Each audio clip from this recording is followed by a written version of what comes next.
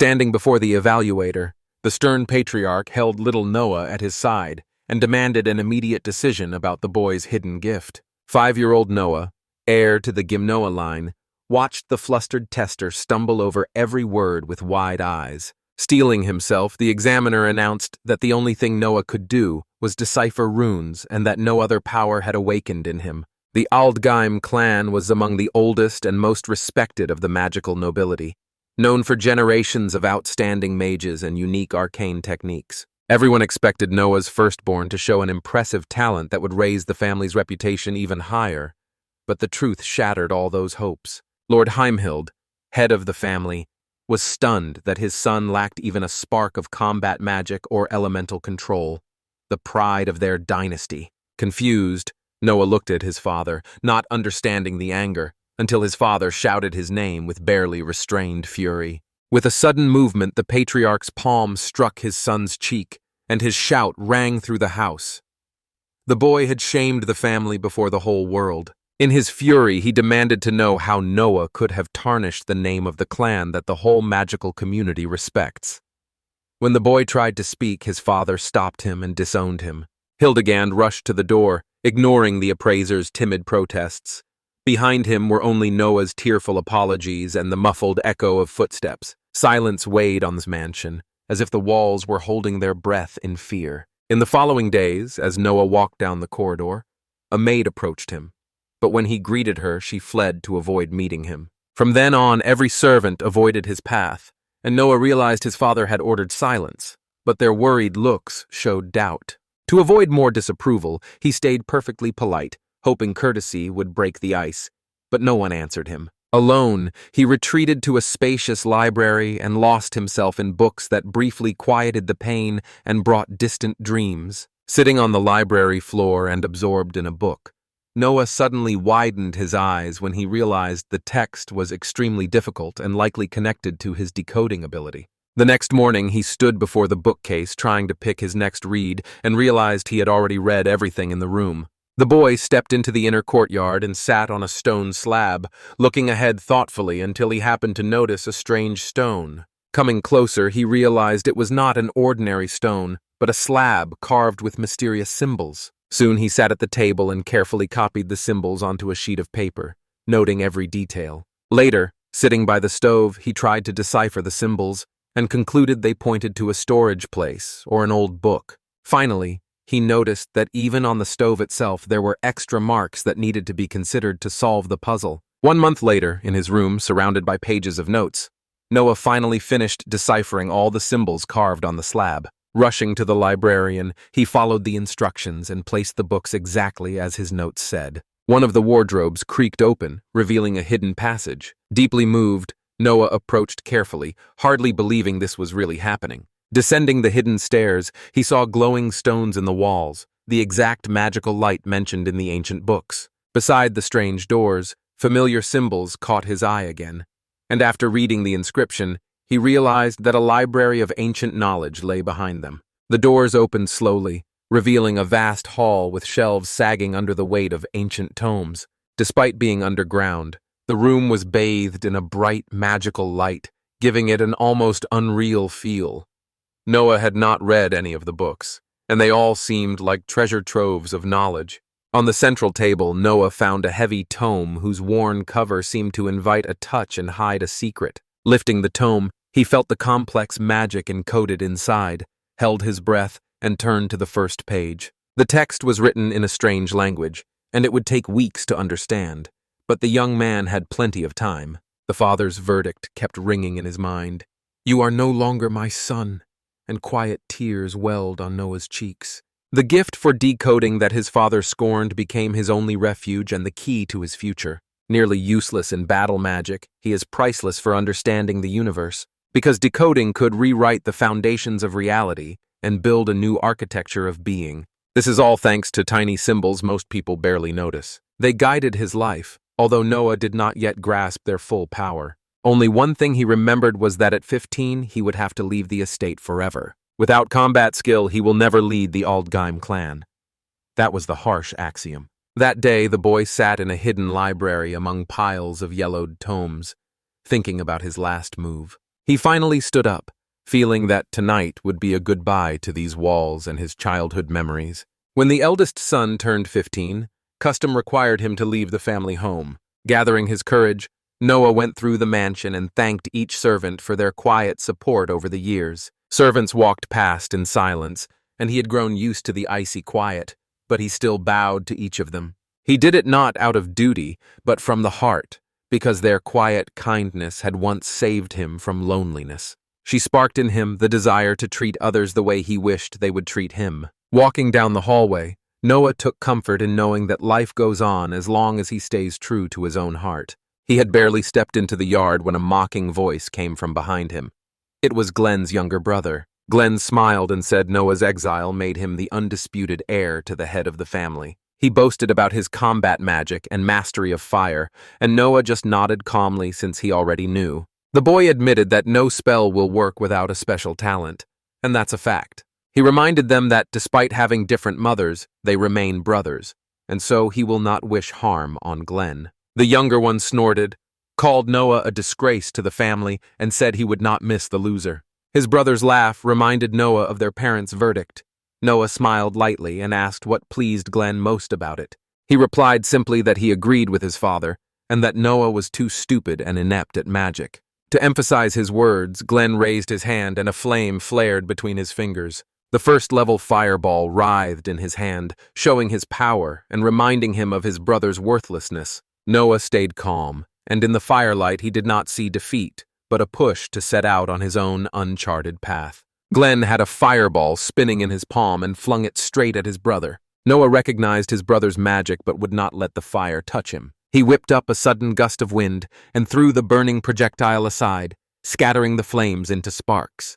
Noah read countless hidden grimoires, gaining knowledge that lay beyond the ordinary world. His skill in deciphering revealed many archaic symbols that were strikingly different from modern runes. Each sign held a wide range of meanings and was tied to immense power, so mastering it became a true test.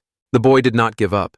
After 10 years of work, the runes fused with his mind, letting him create without any spells. The family vault's spellbooks revealed an ancient magic to him, and that magic, in turn, tamed the modern elements.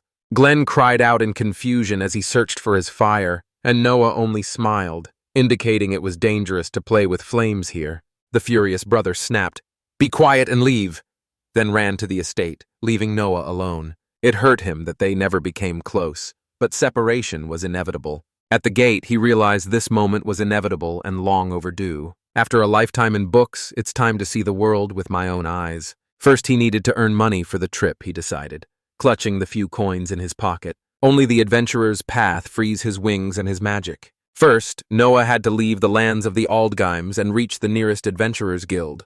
I looked over my family estate and quietly thanked my father for whatever the past had been. He turned and walked briskly while Glenn in the study told his father he had driven his brother out. The Lord nodded silently, taking the news without emotion. Glenn smugly promised to take care of everything and rushed out the door. Father looked up from his papers, went to the window and stared into the distance for a long time. He whispered quietly so their son would no longer bring shame on the family. Relief refreshed his features as Noah moved on to face new challenges. Walking, he felt a strange mix of anxiety and excitement about the unknown. The busy shopping district caught his eye and he paused briefly. Crowds laughed and haggled, and Noah greedily drank in the colorful everyday scene. The shopkeeper waved him over and offered the famous sandwich. The young man hardly ever left the estate. Noah handed over the gold. The seller apologized and asked if the guest came from a wealthy family, and the boy said it was all he had. Slightly surprised, the shopkeeper counted out the change, 99 silver coins, and handed over the treats.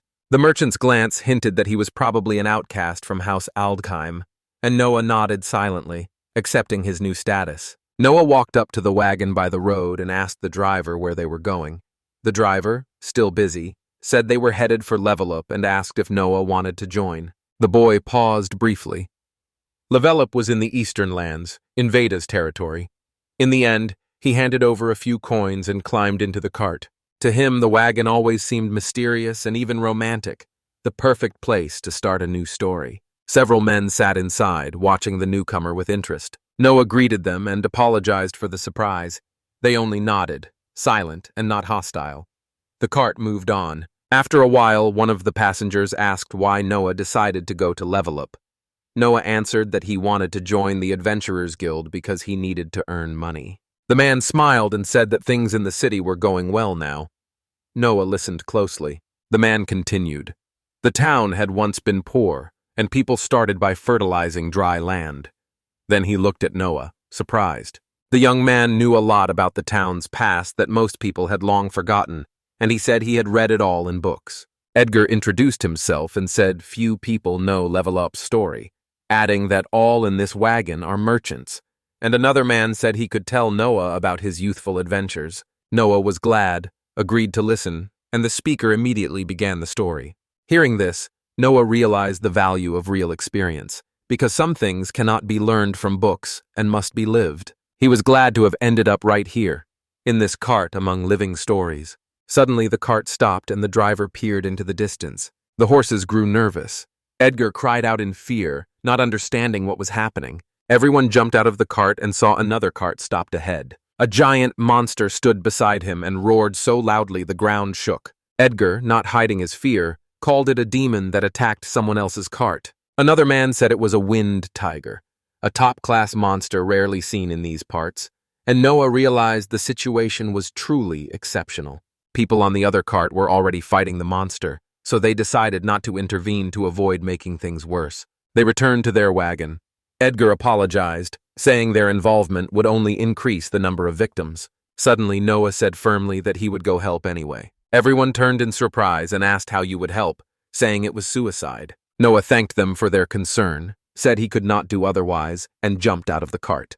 He was never supported, and the pain left a deep mark. Now he realized these people were just like him and deserved a chance. Using soft landing skills, he landed safely on the ground. Turning around, he asked for the cart to move on and thanked them for the interesting stories. The cart vanished into the dust and the monster roared even louder. Noah felt the monster's fierce gusts of wind sweep over him as the decisive moment neared. Noah knew the wind tiger was the most dangerous in the sky, so he flew up to force the monster into a fight on his terms. Looking down at the warriors, he remembered from books that a beast must be pinned to the ground to limit its maneuverability. The tiger was already hanging in the air, ready to pounce on any target below. Unleashing wind magic, Noah rose swiftly to meet him, seizing the initiative. Moving closer, he began to circle in front of the monster's mouth, forcing it to turn away from the people. He had to get the predator to aim only at him, and it worked. The tiger that loves aerial fights instantly focused all its fury on the young mage. That bought the earthlings a few priceless seconds of calm and a chance to fall back. As the beast lunged forward, Noah dodged and desperately looked for a way to deliver a killing blow. He had never used ancient offensive magic in battle before, but there was nowhere to retreat. The guard threw him a sword, but Noah missed the blade and it crashed to the ground.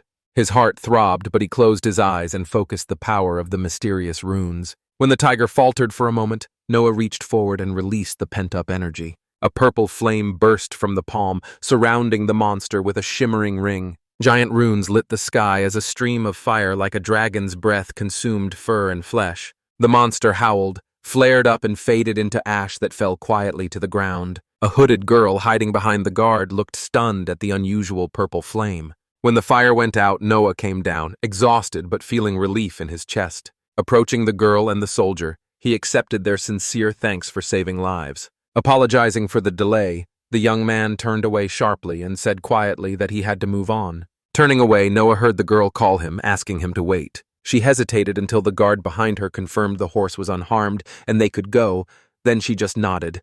Seeing her look away, Noah used magic and dissolved into the air like a mirage. Surprised, she looked around, but there was no sign of the young man. The girl realized that the man before her was probably a great mage, and his face looked oddly familiar. By then, Noah was already standing on a rocky ledge he had just reached with a magic leap. Exhausted by the move, he felt his heart warm when someone thanked him sincerely for the first time, an unfamiliar and comforting feeling. Remembering his former worthlessness and the path that elevated his gift for deciphering, Noah smiled confidently. Rested, he moved on to keep growing, while equally important events were unfolding in the highlands. Lord Hildegand bowed to the guest and thanked them for the long, difficult journey to his lands. Claudia replied with equal gratitude for the warm welcome and kind invitations. Claudia is the second princess of the kingdom of Rastai. Glenn stood beside his father, stunned by the princess's beauty, and instantly decided she would be his.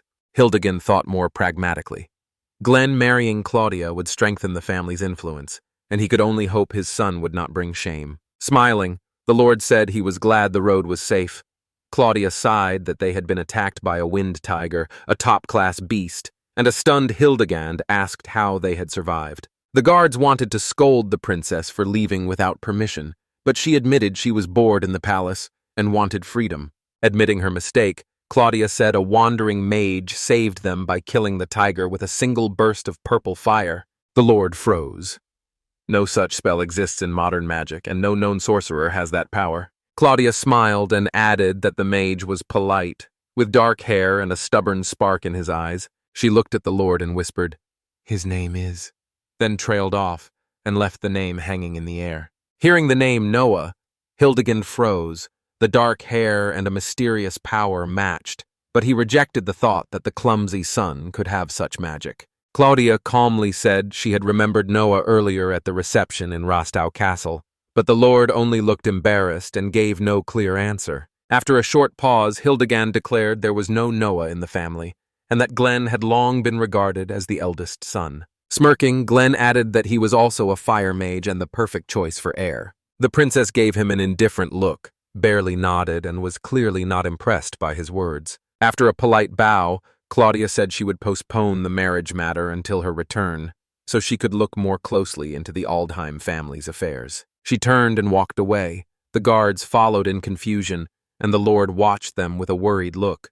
He knew that if word about the eldest son's banishment got out, the family's honor would be irreparably damaged. The Lord dismissed the guard's apology and decided to find Noah as quickly as possible and return before the princess made her final decision. Hildegard stayed with his son, then announced he was setting off and told Glenn to look after the estate. Once the door closed, Glenn snapped angrily that the political marriage he had dreamed of and his beautiful fiancée were at risk. Meanwhile, Noah stood before the grand building of the Adventurers Guild he had only ever seen in his dreams. He saw her in person for the first time, his heart beating joyful chords of new possibilities. After taking a careful look at the facade, he mustered his courage, knocked, apologized for intruding, and stepped over the threshold. Inside the hall, adventurers were chatting, and someone told the newcomer to register first while urgent tasks were being discussed. A girl stood in the center of the room, urgently calling for volunteers to leave for the Level Up volcano right now.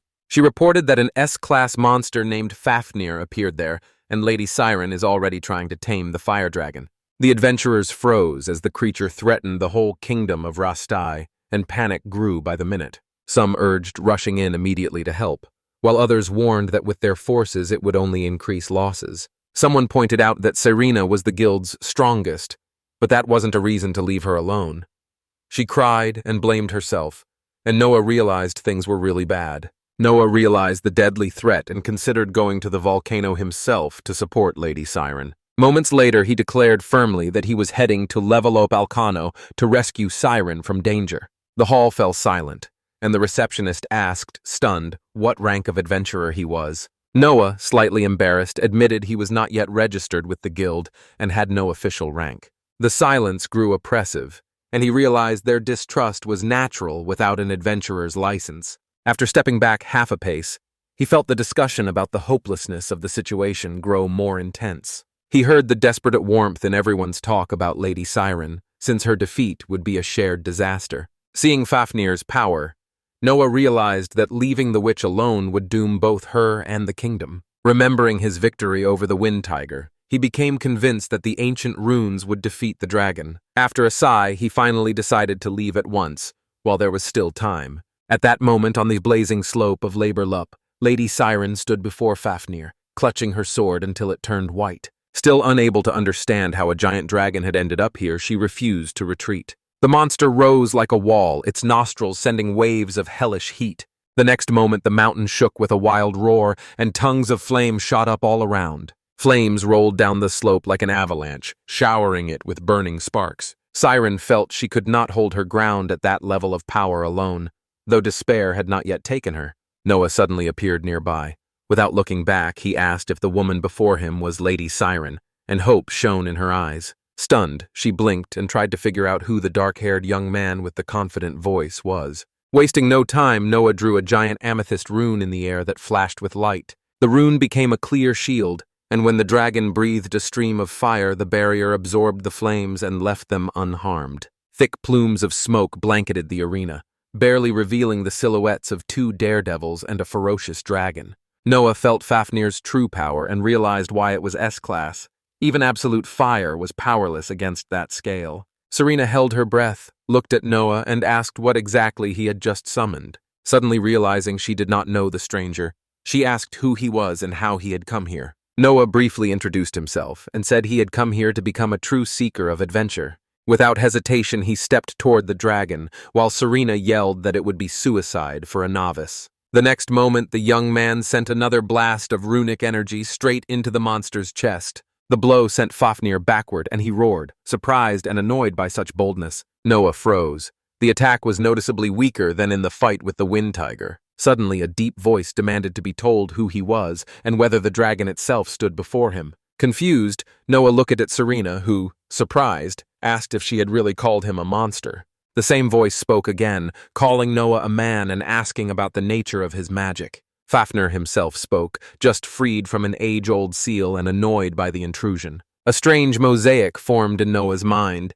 It dawned on him that he had been talking to a dragon the whole time. The monster, laughing hoarsely, admitted it hadn't expected anyone to be able to talk with it. Noah was completely confused, and Fafnir admitted he was surprised by the encounter too. The young man apologized for the reckless attack and said he had no hostile intentions toward the dragon or the people. Fafnir snorted distrustfully, thinking the people had come to seal him again. Noah protested that Serena wanted to destroy the fire dragon, so he stepped in to save her from an unfair fight. After Noah promised not to harm the dragon, he heard the dragon squint and say he was not sure he could trust Noah's words. Serena, hearing the strange conversation, called out that Noah was actually talking with Fafnir himself. She admitted she did not understand a word, calling it an ancient language of monsters. Noah smiled and explained they speak an ancient dragon tongue known only to the chosen. Fafnir sighed and said he had once been too headstrong, so they sealed him away for 100 years, and Noah sensed a good heart in him.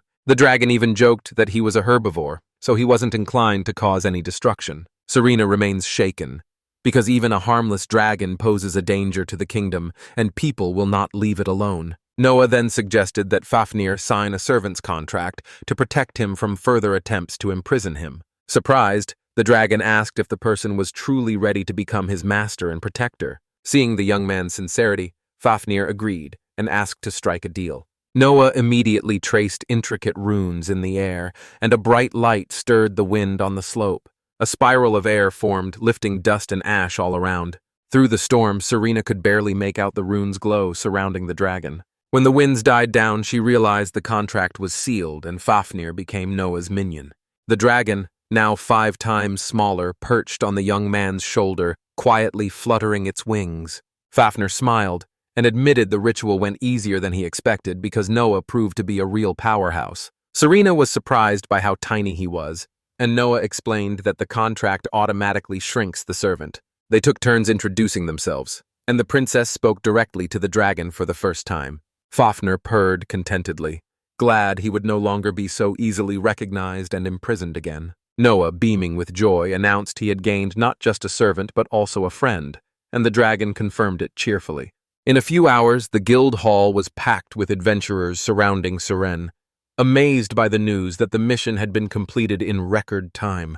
The grateful adventurers gathered around Serena, genuinely concerned for her safety, and one girl, nearly in tears, apologized, thinking she was to blame for everything, while the sorceress gently reassured them that it was over and there was no need to worry. Noah watched from his back, smiled when he realized how much his help had mattered, and quietly walked to the exit. Catching up with him at the door, Serena said awkwardly that in the guild report she had only mentioned the mission's success with no dragons, and Noah nodded and thanked her for being careful. When asked where he'd sleep, the young man admitted he had almost no money, and would probably sleep under the open sky, and Fafnir, settling on his shoulder, said he didn't care where to sleep. Serena invited them both to her home, promising a warm place to stay and a good dinner because she prided herself on her cooking. That evening at her house, the table sagged under the weight of dishes that instantly stirred the guests' animal appetite. Noah savored each bite with delight, praising the food, while Fafnir ate beside him and eagerly flapped his wings in agreement.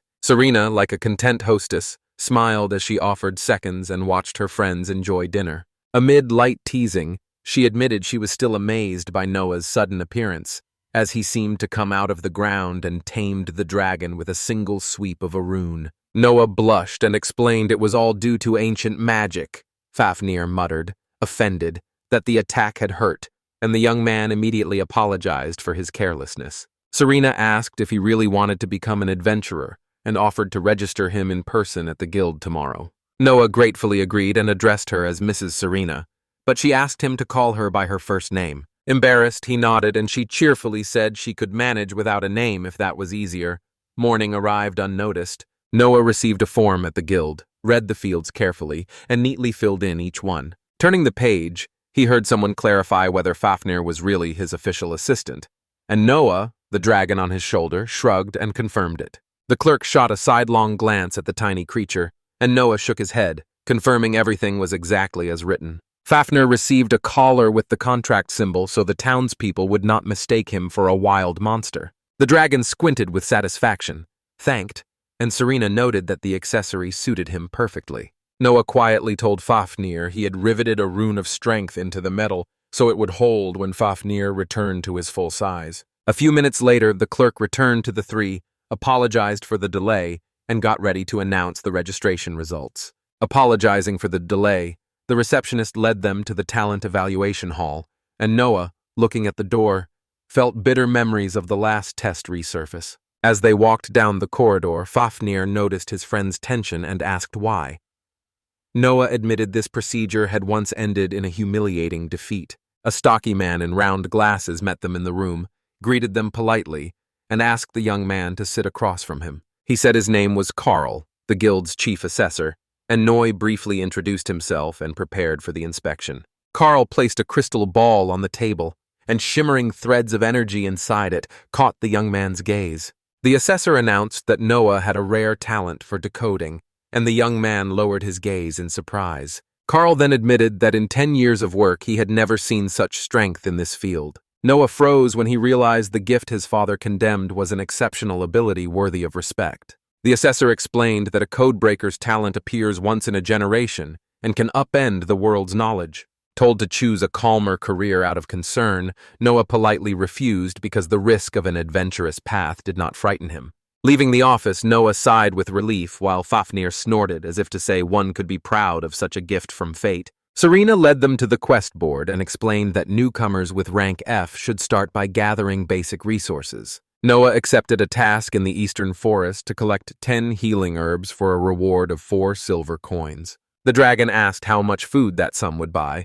The young man laughed it would cover 4 large sandwiches, and Serena urged caution. Reaching the shade of the old trees, Fafnir realized that finding the needed plants in this thicket would be difficult. Noah objected confidently that you only need the right tool and a little attention. Reaching out, he activated a material detection spell, and the grass glowed softly among the green. The dragon watched in surprise and called it a wonder worthy of ancient legends. As he tore off another page, Noah joked that the credit belonged to the creators of ancient magic, not to him, and Fafnir nodded in approval. Returning to the guild with full pouches, they saw Serena and the clerk preparing to accept the completed quest and pay them their reward. On the table before them stood a huge basket packed full of gathered herbs. Noah explained that besides the medicinal plants, he had also taken a few useful spices, and Serena simply nodded with a smile. Carl, peering through a magnifying glass at the contents, could not believe the young man had gathered so many rare herbs in such a short time. He even recognized a few magical herbs from Ponasio, all gathered in perfect condition. The assessor stepped forward and announced that Noah had completed the first task with top marks, and Noah thanked him for the high score. Carl said with genuine delight that he hadn't expected such a result from a simple decoder. Noah blushed and said he was only a beginner, and Carl added that most newcomers spend half a day to find even a third of such a crop. The assessor, curious, asked what quest the boy planned next. Noah shrugged and said he had not decided yet. Carl sighed and offered a special task. Noah bowed his head and agreed to hear the details. Holding out the parchment, He explained that the young man would greatly help the guild if he accepted the search quest. The note said you must find a rare magical flower in the eastern forest, recommended rank B, and a reward of 5 platinum coins. Carl explained that this flower was the key to the elixir of life, capable of curing the worst diseases, and Noah remembered legends of an all-powerful potion.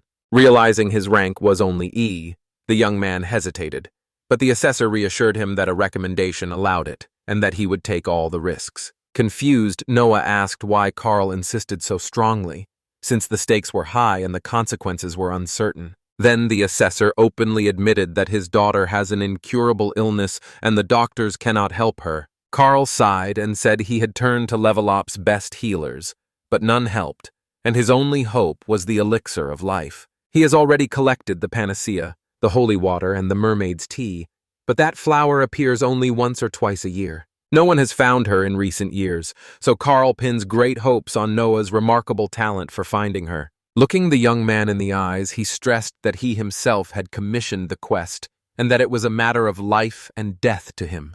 Carl sincerely hopes Noah will agree and save his daughter from the relentless illness. Noah took a deep breath, realized the weight of the request, and despite the risk accepted the challenge to save Carl's daughter. He observed that the illness belongs mainly to medicine, and ancient magic can handle its magical aspects. Before setting out for the flower, Noah wanted to see Carla in person, and Carl, relieved, invited them to his place after work. An agitated man burst into the hall, interrupted the meeting, and loudly called for Carl. Running up, he told them about the trouble with Miss Carla, and Noah, Serena, and Fafnir immediately looked worried. Carl rushed home so fast he nearly tore the door off its hinges, and Noah stayed close, keeping pace with every step. A worried Sarah met them at the house and led them to the room where the doctor stood helplessly over the unconscious girl. Sarah said Carla suddenly fainted, and the medic shrugged, not knowing why. Noah asked to speak. The doctor cut him off sharply, but the young man calmly insisted. He suggested the hardening of magical meridians syndrome, a purely magical disorder that medicine cannot treat. Noah explained that mana constantly circulates through the body and that blocked channels cause loss of consciousness, and gently touching Carla, he sent a soft flow of power. The youth added, "It eases symptoms temporarily, and complete healing is possible only with the elixir of life from that same flower." Her breath steadied, and Noah said he'd go at once for the flower, but Serena pointed out it was getting dark and dangerous to go alone. She insisted on accompanying him, but Carl reminded them about the search artifacts, and there was no time to wait. Serena explained that the locators would not arrive in time, and Noah replied firmly that he would find the flower without tools.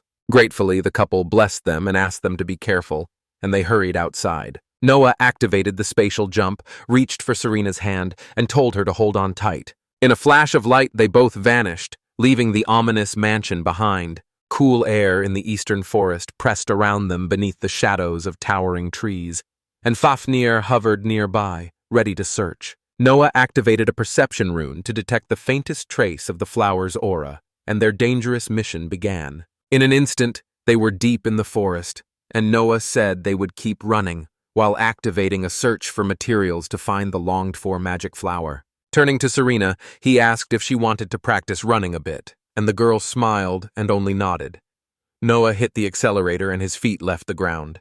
Two friends darted between the tree trunks like arrows, leaving a faint trail of wind and the rustle of leaves. They knew that the magic flower only blooms in a special chamber filled with concentrated mana. Fafnir, perched on a shoulder, called out that this place had belonged to the fairies for hundreds of years, yet none were around. If fairies grew the flowers and they disappeared, they were either stolen or something much worse happened to them. Serena suddenly tensed and drew her sword when she sensed an intruder, and the dragon praised her sharp senses. A silhouette emerged from the thicket and moved quickly between the trunks. A massive creature emerged with a trident-shaped horn on its head, roaring deafeningly. Serena swept her blade in an instant, took a fighting stance, and stood ready to meet the strike. In an instant, she lunged forward and split the monster in two with a single incredibly powerful strike. Fafnir spiraled upward and unleashed a steady stream of fire, incinerating the wreckage and any nearby threats. Noah stood to the side, only blinking, impressed by the speed and precision of their actions. He admitted he hadn't noticed the monster sneaking up so close and called it perfect teamwork. Serena smiled and winked at the dragon. implying the rookie still needed practice, and Fafnir added that battle experience was a separate discipline. The sky darkened, covering the forest in dusk and casting shadows between the trees. Worried, Serena reminded them they still didn't have the flower, and Noah closed his eyes, listened to the air, and caught a faint reply from the manna. Pointing into the deep thicket like a compass, he led them toward a flickering inner signal. Finally, the path led them to the calm surface of a hidden lake, surrounded by silvery willows. Serena frowned, wondering why a rare flower would grow here in such an unlikely place, and maybe that is its secret. Puzzled by the strange location, Serena asked why the flower grew here, and Noah replied that although it was not an aquatic plant, the strongest vortex of mana rose from the bottom of the lake. Fafnir caught a faint trace of fey magic and tilted his head while Noah confirmed the flower's signal came from the same spot. Serena sighed and agreed to check out the place, even though she wasn't a strong swimmer. Noah stepped forward because the task mattered more than his fear. The girl called, "Wait," but the young man only smiled, glanced around, and stepped boldly onto the water. A transparent cocoon of air flared up around him, like a glass sphere separating him from the cold surface. Noah slid under the water and sank like a fish guided by an invisible wind. On the shore, Serena sighed inwardly. Impulsive but confident, nature seemed to listen to his every move. Deep down, he reactivated his detector and listened to the pulse of ancient energy moving through the mud. At the very bottom, a dark lump glinted, its aura standing out against the calm sand. When Fafnir asked what it was, Noah recognized it as a spatial rift, a rare echo of ancient magic. The young man explained that such portals stitch distant worlds together, and who made this one is a mystery fit for the chronicles. The dragon pointed out that only fairies could do that kind of magic, so their disappearance is likely linked to the rift. Noah moved closer, but an invisible barrier threw him back like a stone wall. Fafnir suggested burning through the shield with flame, but the fire died the moment it touched the water. Refusing to give up, Noah asked for a moment and gathered the runes of destruction into his palms. Mana's glow pierced the barrier, which cracked and shed sparks like a crust of ice. At that moment, the dragon turned sharply toward the young man, and Noah raised his eyebrows, confused by the change. Fafnir warned that a creature was coming out of the darkness, so it was time to get some combat experience. Squinting, Noah strained his ears, hearing the rustle of mana and the muffled sound of footsteps beneath the water. In an instant, he picked the direction. A creature surfaced from the darkness, and the lake's gentle ripples trembled, warning of approaching danger. Noah's eyes widened, and he shouted as he recognized the danger because the monster had crept up right behind them. A giant sea serpent rose from the dark lake, its fangs shining with fury and its mouth hungry for blood. His body coiled around his friends, ready to swallow any prey in one gulp. Noah and Fafnir stood still, planning their moves, as the beast's gaze burned with hatred and its scales glowed with a hostile aura. Facing the deadly ring, the young man stood unshaken, like a hero at the heart of a legend. It seemed miraculous to him that the sea creature had settled in a freshwater lake, far from its ocean home. The snake roared angrily, saying the thoughtless newcomers had disturbed its peace. He grumbled that he was sleeping peacefully until people started snooping around underwater in the middle of the night. Noah realized the monster speaks the language of monsters and mentions a mysterious spirit of darkness. The snake replied that a spirit had dragged him by force from the depths of the sea, and he did not know the details. Staying calm, the young man thanked while dangerously close to sharp, predatory teeth. The serpent was surprised by the mortal's fearlessness. Noah explained that his talent as a decoder lets him understand any language. With his hands raised, he assured them he wanted to avoid a fight and asked to be let through. The monster sneered that it was easier to eat uninvited guests than to listen to requests. The tail tightened around Noah again, so the boy activated Heavenly Step and tore free from the stone loop into the air. Fafnir spread his wings and told Noah not to hesitate, promising to hold the serpent back himself. The young man wanted to object, but the dragon reminded him that Carla was getting worse by the minute, and the flower was needed right away. Noah touched his companion's scales in thanks, silently promising to return. Soaring above the lake, he left Fafnir face to face with the enraged predator. Only one thing beat in the young man's chest.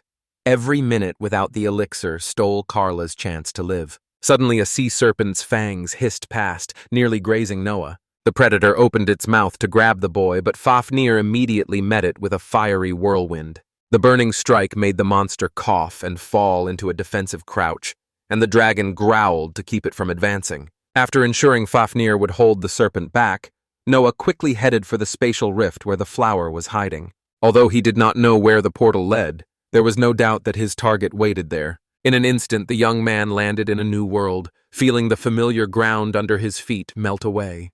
Bright sun bathed the strange landscape, as if it came from another dimension. A silent forest rose around him, and Noah realized he had entered not only a different space, but another time. A revelation came. It was a pocket created by ancient magic where the usual rules do not apply. Suddenly, muffled sobs and a trembling whisper about being taken captive came from behind. Looking around, he saw a frightened girl sitting on the ground, hugging her knees. Noah stepped closer, saw scratches on her body, and gently placed his palm to channel healing mana.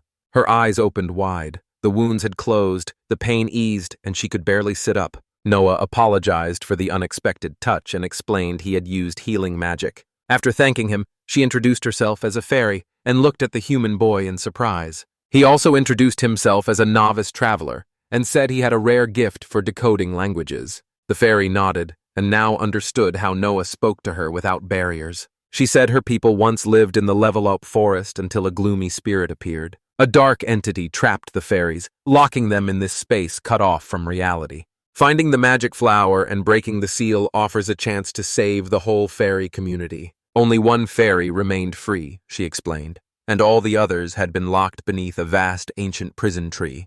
Noah was surprised and did not understand why the spirit of darkness had captured the fairies, or what he planned to do with them. The girl did not know either, but felt this was more than ordinary captivity. When she asked, he said he was looking for a magic flower to cure a seriously ill girl. Smiling, the fairy said the magical flowers really do bloom here, then perched on Noah's shoulder and beckoned him to follow. They approached a giant trunk where exhausted fairies hung motionless, as if stuck in tar. Their wings trembled, and their strength drained as the dark cocoon stopped even the smallest movement. Noah lunged forward in anger, but the fairy gripped his sleeve and warned him that if he moved closer, the attacker would appear immediately. Indeed, a bronze golem rose from the shadows, adorned with a trident horn and a burning core in its chest. The girl said it was a forest guardian left to watch the woods until the dark spirit returns, and it mercilessly destroys intruders. Noah realized he would have to defeat this giant to free the fairies and get the flower. He promised the fairy he would free her sisters and told her to hide until the fight ended. She gave thanks, vanished into the treetops, and left the young man alone with the stone colossus.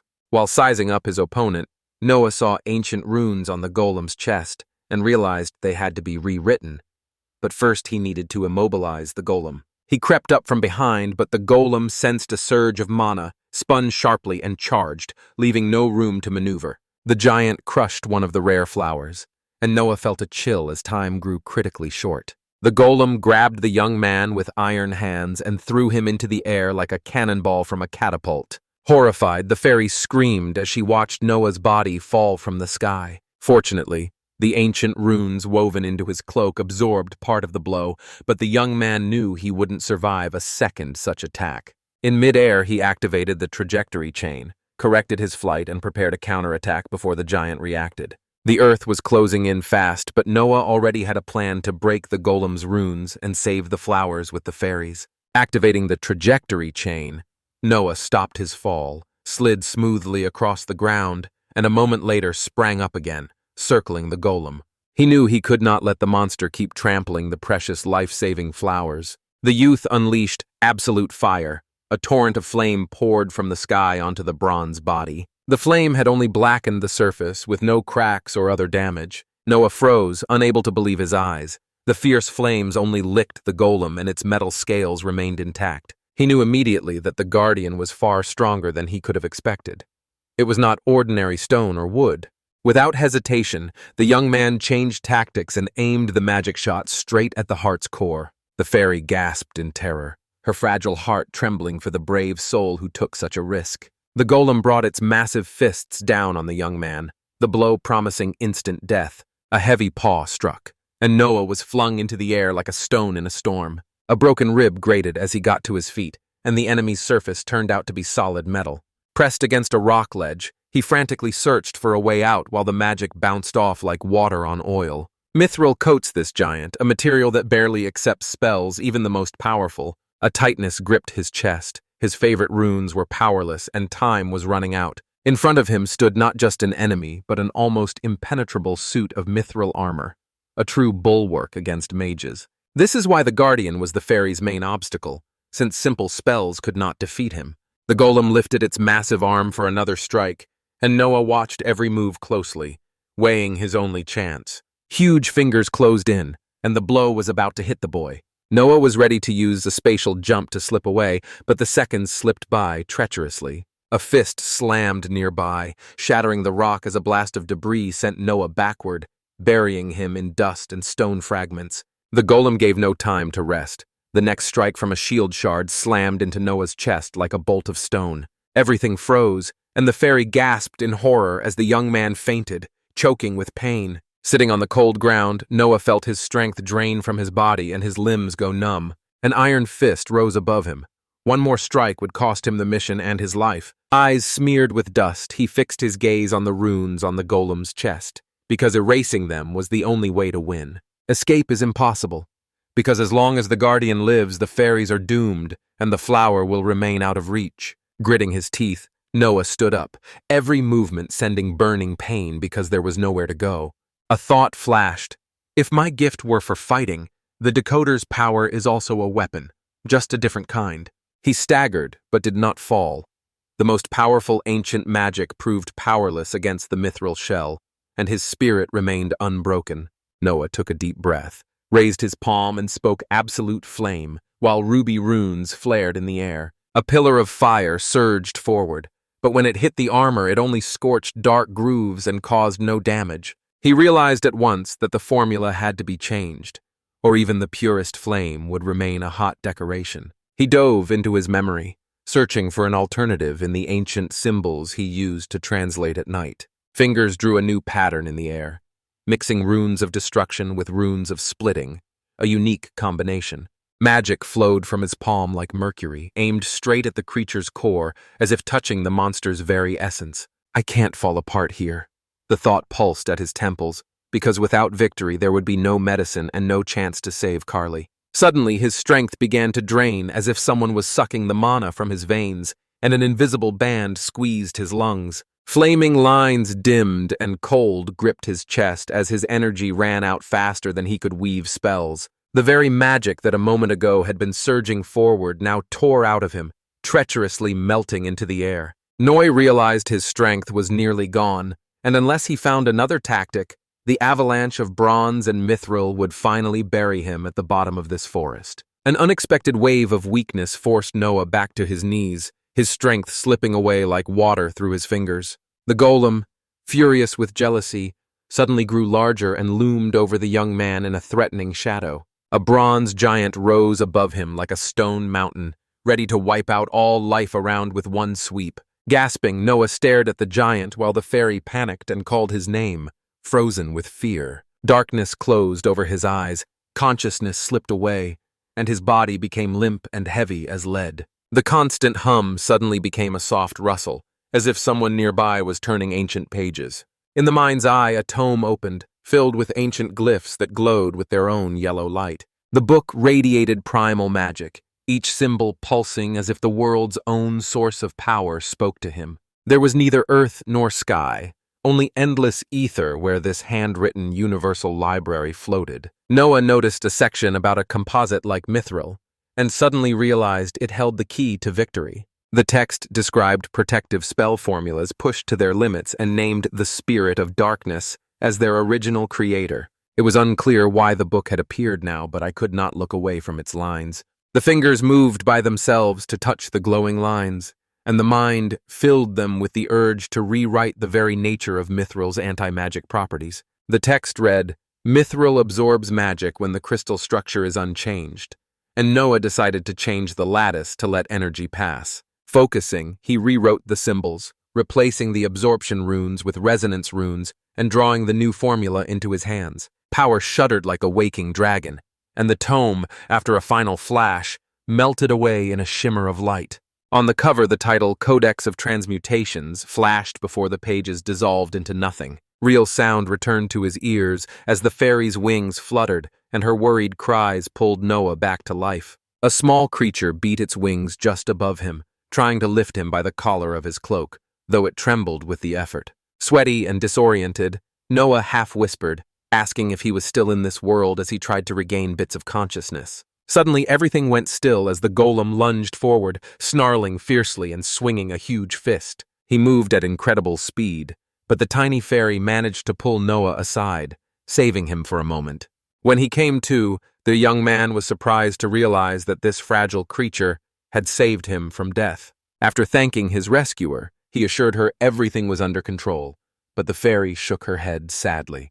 She pointed at the golem closing in, its monolithic plates flashing as it prepared for the next strike. Desperate, the fairy pulled Noah along, convincing him that this enemy could not be defeated, and they had to retreat. The young man kept his gaze on the bronze mass, remembering the strange code of transmutations revealed to him. He wrapped a bright barrier around the fairy, told her to hide, and felt a strange pulse of confidence in his chest. Aware that rewriting the laws of reality would demand immense power, Noah still chose to take the risk. He raised his hand and his heart pounded as the giant lifted his arm for a fatal strike. With no way to retreat, a tiny spark of hope in the eyes became the last refuge of resilience. Whispering the formula, the youth relied on the new runic pattern to at least weaken the armor. A jet of flame struck the guard's chest, seeking the ancient symbols that fueled his protection. Noah did not intend to destroy the giant.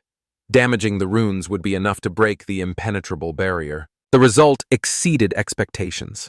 The golem, before it could even swing, crumbled like a clay toy. Silence fell. Noah froze, staring at the huge hole in the armor where a moment ago the invulnerable core had been pulsing. Astonished, the fairy said something incredible had happened, and reality itself had yielded to a person's will. Standing amid the wreckage, the young man could not believe the new formula's power could reshape the world so radically. The guard's scattered remains lay at his feet, and the exhausting fight ended in a sudden victory. The mysterious codex haunted Noah's mind, but he put it aside because fairies and the long-awaited flower were ahead. Noah carefully pried open the cage's rusty bars. Putting all his will into his fingers, the latch screeched and the door swung open. The lock clicked. A bright swarm of fairies burst free, and the first freed fairy swooped up to the young man. She chirped that she could not believe she was seeing everyone alive, and her emerald eyes lit up with pure joy. Noah smiled as warm gratitude filled his chest more than any fire. A suspicious fairy whispered, "Are you human?" And the friend insisted the boy could be trusted. Noah saw a new spatial rift under the giant's root. The path back was already waiting. First, they needed flowers. The young man sank to his knees and dug through layer after layer of soft turf. Sweat ran down his temples while the fairies held their breath and watched every nervous movement of his hands. Only broken petals remained, and despair gripped the soul more tightly than the golem's iron embrace. His cry that he had no reason to be there if he did not keep his promise faded into the dark grove with the rustle of leaves. Wings rustled softly behind him, and the rescued fairy touched his shoulder sadly, sharing his despair. Darkness deepened, and even the soft fairy lights faded as the night swallowed the last bits of light. A giant serpent's head rose from the lake. Serena watched every uneasy ripple. Fafnir said grimly that the beast breathed the very power of darkness and was much stronger than it seemed. Serena suspected a dark spirit's influence, but she believed Noah would come back alive with a flower. The dragon blamed himself for leaving his friend alone in another realm, and a painful doubt tightened his chest. Suddenly a calm voice came from behind him, familiar and warm like the dawn after a storm. "Sorry I'm late." Noah showed up unharmed, a little smudged with soot and clearly tired. Serena flinched and asked him one question after another, her eyes carefully searching for hidden wounds. Noah nodded reassuringly and said, "Just scratches," while Fafnir sighed with relief and quietly affirmed his loyalty to his master. Noah pointed at the nearby rift and said he had just come from it, and Serena asked anxiously what had happened to the magic flower. Sighing, he admitted he could not find the required copy. Seeing the fear in her eyes, Noah reassured her that there was still a chance, and asked Fafnir to take them to level up immediately. The dragon agreed without hesitation, and the young man said he no longer had the strength to teleport. The three settled on Fafnir's back, and he rose into the sky toward the city. During the flight, Fafnir anxiously asked if everything was really okay without the flower, and Noah nodded confidently. Suddenly the young man called into the empty air, urging the unseen listener to come out and not fear the friendly dragon. Surprised, Fafnir asked again who he was speaking to because everything around him was silent. Noah whispered that they had to act quickly before it was too late. Karl, his wife, and the doctor kept watch at Karla's bedside as her mild illness would not ease. Father whispered to his daughter to hold on, promising Noi would return with medicine. Suddenly, the girl opened her eyes and pointed at the flickering light hanging from the ceiling.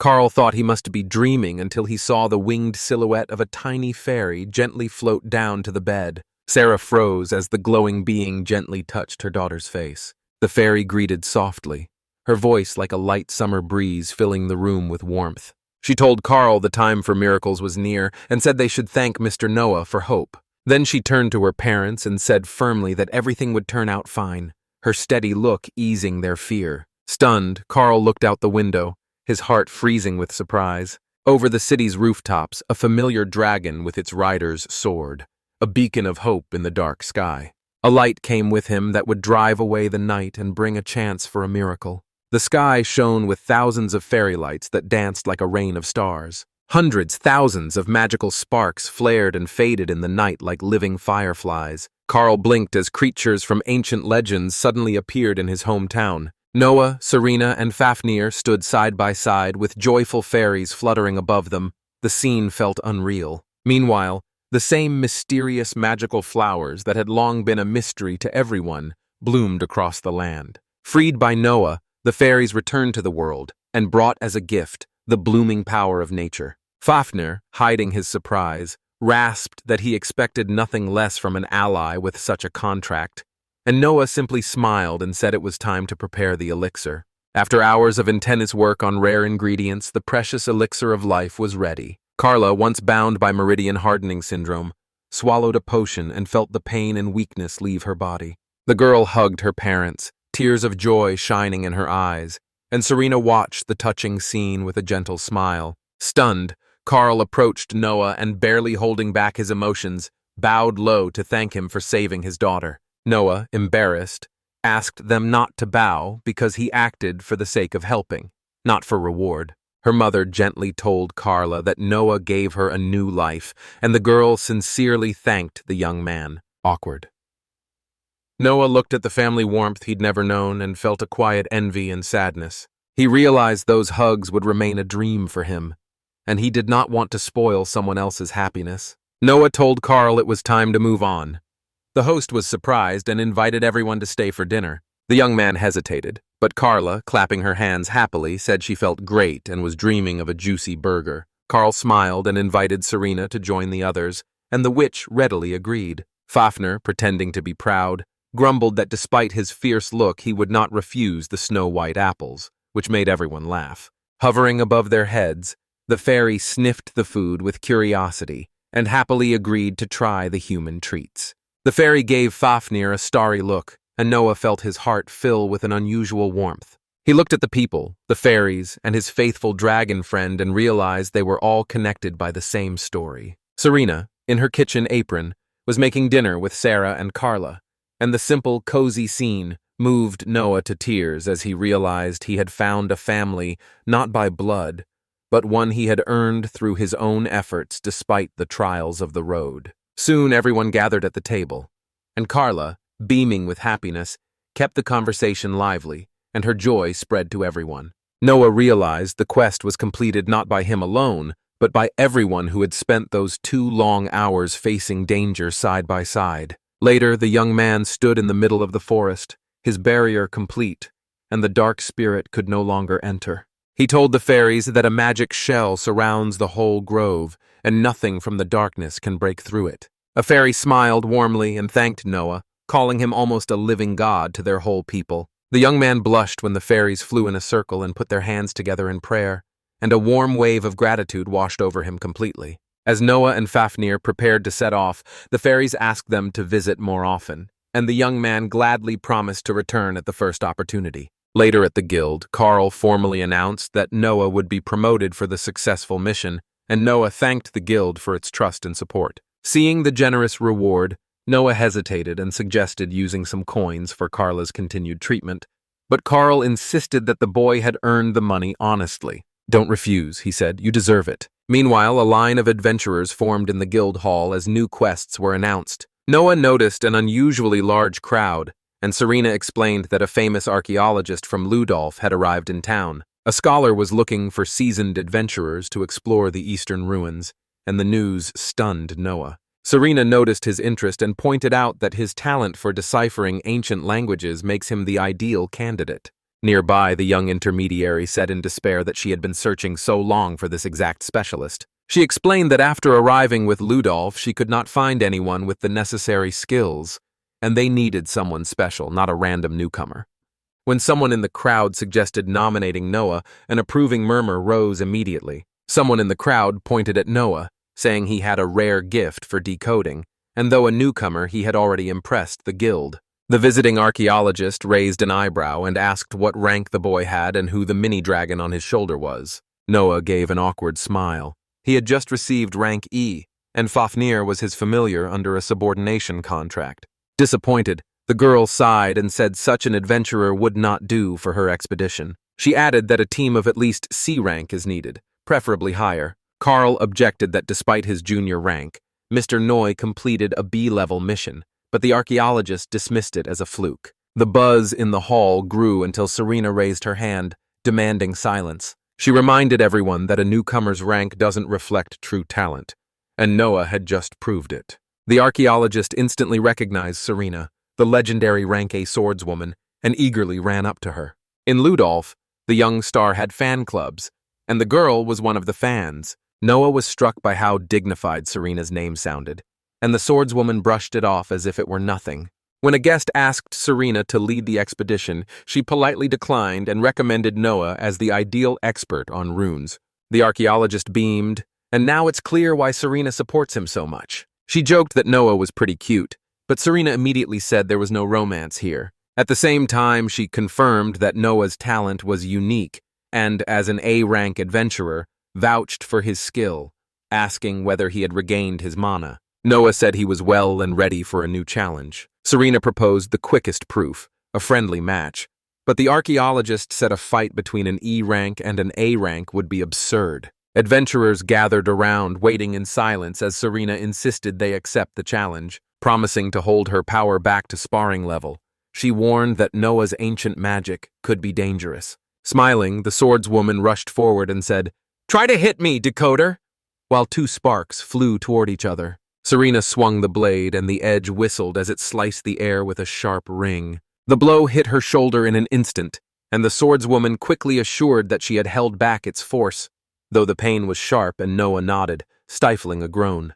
As Serena prepared to repeat the lunge, the boy suddenly vanished and reappeared at her side like a shadow slipping out from under the beam. Seeing his lightning-fast reaction, she smiled and admitted she envied his ability to fly above the ground. Noah called out that it was his turn, and the flame thickened in his outstretched palm, gathering into a cloud of heat. Serena recognized it as absolute fire, already knowing how dangerous those purple tongues of flame were, and prepared to dodge. A stream of hellfire burst out, but it did not rush forward and instead froze around Noah into a wall of hot, shimmering air. The swordswoman was surprised when the flames suddenly became a barrier, enclosing the boy in a cocoon of fire. Seeing her eyes widen, the young man is going to use it as a smoke screen and move behind her. Trying to turn, she found only empty air, and a second later Noah was standing behind her. Serena smiled, acknowledging that Noah had read her move and taken a well-timed step into the space at the decisive moment.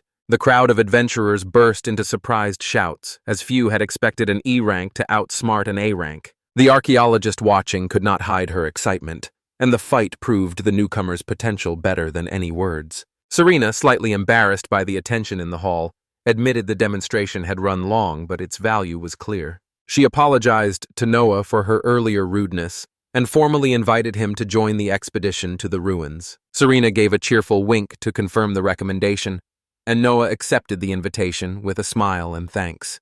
Soon, Noah, Serena, Fafnir, and friends stood on the bridge preparing to say goodbye, while time flew by relentlessly. Serena said their short trip felt like a fairy tale, full of wonder and surprises, and Noah admitted he had learned more than he had imagined.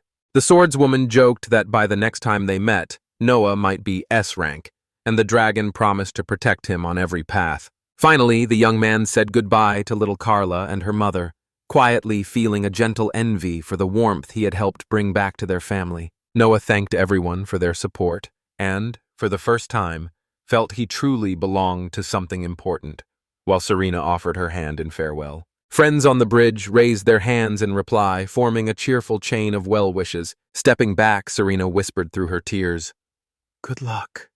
Aware of how much this moment meant to them both, Noah walked along a forest path beside a new acquaintance, who hesitantly said she was Yoon, an archaeologist and engineer of magical devices from the capital Ludolf, and Noah introduced himself, proudly showing his familiar Fafnir. Yoon watched the clever little dragon with interest.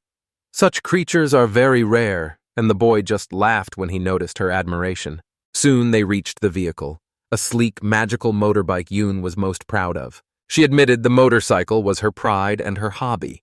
Noah was surprised because he had never seen anything like it. After putting on her helmet, the archaeologist asked if he was ready to go, and the young man nodded, feeling the thrill of a great journey, though he joked he could shorten the route by teleporting. The engine roared, and the motorcycle surged forward, cutting through mountains, fields, and brush as they took in the scenery. At campfire stops, they talked about the coming mysteries of the ruins and shared their dreams and plans. A few days later, they reached eastern ruins, moss-covered walls quietly guarding the secrets of forgotten ages. A dark passage beckoned. Noah immediately felt these stones were hiding more than they let on. Wasting no time, they entered the dimness, determined to uncover the silent history of the ancients. Yoon promised to mentor him in archaeology because mysterious mechanisms and traps lie ahead. She warned that the treasures were guarded by clever traps, so Noah became very careful. Indeed, as soon as Yoon stepped on the hidden tile, the corridor filled with the whistle of metal arrows, and Noah immediately raised a protective barrier so the bolts bounced off the clear sphere. The boy admitted the warning was fair, and Yoon quickly recovered and explained it was a test of his reaction. They moved on, but this time ropes fell from the ceiling and wrapped around the girl, tightening around her body like living things. The trap triggered in an instant, and Yoon panicked, not knowing how to escape. Noah focused and prepared to act, knowing the real trials of these ruins were just beginning. Without hesitation, Noah rushed over, snapped the ropes with a single pulse of magic, then easily lifted Yoon into his arms. After checking the ropes that had just bound the girl, he realized it was not an accident, but an old trap mechanism. Yoon, still catching her breath, thanked the rescuer. Joking, she said she was now ready for any trap. Noah carried her down the corridor until they reached another hall. Yoon said she would not let him out of her sight, and Fafnir went ahead, clearing the way. At last they entered the room where the next key to the secret of the ruins was hidden. Yoon asked what to do next, and Noah, scanning the dark corners, said there were no hidden traps. That eased her a little, but she kept watching him closely. Noah's gaze rested on a wall covered in strange symbols. Yoon asked with excitement whether he could read them. Noah nodded and began to decipher. The entries told of a father worrying about his daughter who behaved beyond her years, and Yoon was surprised it had anything to do with the ruins, so Noah explained they were looking at a page from an ancient diary. The text mentioned the 20th year of the runic calendar, the time of water, the day a father taught his daughter magic. Noah added that it is now the 779th year of the same calendar, which means more than 7 centuries have passed. This showed the ruins belonged to a long-gone civilization. Then his father complained that he had to fight the Turtle of Dreams, a mysterious creature. Noah wondered what that could mean. They kept searching and reached a dead end. Fafnir said the other passages had already been checked. Yoon sighed. Despite all they'd covered, there were still no valuable finds. After jumping off his back, she joked it was a good lesson from the senior archaeologists, because ruins are often stingy with finds and it's worth rereading the inscriptions. At that moment, Noah noticed a faint mark on the wall pointing to a book. Yoon asked, puzzled, which exact volume was meant. She pulled out her notebook of diagrams and personal notes, but there was no reaction. Noah paused, thinking the book that reveals secrets was meant to appear here. Summoning his will, he felt he had to try again, since if the artifact appeared anywhere, it would be here. Opening his eyes, the emptiness was gone. An open book lay before the young man, and a relieved breath escaped as he finally found what he had been looking for. The folio's pages were packed with notes, and Noah hungrily read them, learning about the labyrinth, including the list of traps, their exact locations and how to disable them, and a small map of safe corridors. One diagram showed a ladder hidden behind a solid wall. The boy quickly held the book up to reality, focusing on what he had seen. Changing the spatial projection, Noah literally erased the stone barrier and painted doors in its place that opened a new way. He opened his eyes to find the wall gone and a new dark passage ahead, a sight that even surprised him. Yoon froze and could only whisper that it was impossible. Noah shrugged and told them to move on without wasting time on explanations, and the girl, recovering, ran after him. The corridor opened into a hall where soft light suddenly flared as the torches on the walls lit themselves, illuminating every step. Yoon ran her hand over the metal plates and admired the ancient lamp fire magic and the superb alloy used to build the walls. She declared the material stronger than any modern one and surprisingly advanced. A genuine archaeological sensation. Noah did not hide his excitement either, since the deeper they went, the more impressive the discoveries became. Both stepped into a hall where a crystal peak shone beneath the ceiling, and a girl hovered motionless above it. Soft crystal light bathed her, turning the scene into a fairy tale illusion. Yoon suspected that what stood before them was not a doll but a strange technological capsule, yet she hesitated to say it aloud. Noah felt a powerful magical pulse and confirmed that the energy was alive, not a mannequin but a real person in forced stasis. He suspected the mechanism could stop time, which explained why the girl looked frozen. Seconds later, access granted flashed before them, and the system exhaled a puff of steam like it was waking up. Yoon looked around in confusion, not understanding why the device had just activated as a blast of cold steam from the vents hit them. As the fog lifted, the sleeping girl began to fall uncontrollably. Noah reacted instantly, lunged forward and caught her just before she hit the floor. Cradling the stranger, the young man felt a faint heartbeat and warm breath, and the mystery of the ruins opened a new page. Noah felt the stranger slowly come to, as if gathering her scattered consciousness. Watching her every tiny movement, he asked anxiously if she was all right, and heard a faint, surprised murmur in reply. She narrowed her eyes and said in an accusing tone that she understood his language, and therefore he was a lying demon. Before Noah could defend himself, she slipped free, flipped through the air, and landed, while Yoon and Fafnir stood frozen with tension. Standing in a fighting stance, the stranger exuded fierce determination and readiness to attack again. Noah watched her every movement closely, becoming more convinced that the creature before him was not just alive, but ancient and mysterious. Suddenly the girl began to sing, and the melody slipped into their minds, touching the deepest chords of the soul. Fafnir roared, preparing to counterattack, and Noah felt a surge of power pulsing inside him. In a moment, a double flame burst between the opponents as two elements collided and ripped the air. The clash erupted with fierce intensity, sending waves of fire in both directions. Yoon could hardly believe anyone still had the absolute flame, so destructive and pure. The heat rose as the girl fired volleys of flame and Noah answered, until an overpowering blast knocked her off her feet. He remembered her words about language and realized she spoke an old dialect and that her fire was a legacy from a vanished era. A member of an ancient race stood before him, a living reminder of when magic was part of everyday life. Noah stepped toward her, assuring her he was no enemy and wanted to reach an understanding. The stranger sprang up, wrapped her legs around him, and tightened a painful grip like a living trap. The young man tensed every muscle, trying to break free, but her strength was overwhelming. Fafnir instantly grew to full size and knocked the girl aside with a charge. She sprang up easily as if the blow had not touched her, dust sparkling around her like an illusion. Catching his breath, Noah thanked the dragon, because without its help, things could have ended much worse. Yoon watched everything and stood stunned as a battle unfolded before her with a force hard to imagine. Noah spoke to the stranger again, loudly assuring her that they did not pose a threat. Hearing the ancient language of the runes, the girl shuddered as its sound ran cold across her skin, because in the modern world it seemed impossible. She asked whether he belonged to the Run tribe, and Noah answered honestly that he did not, which only increased her curiosity. He looked at Yoon and asked for a moment to explain.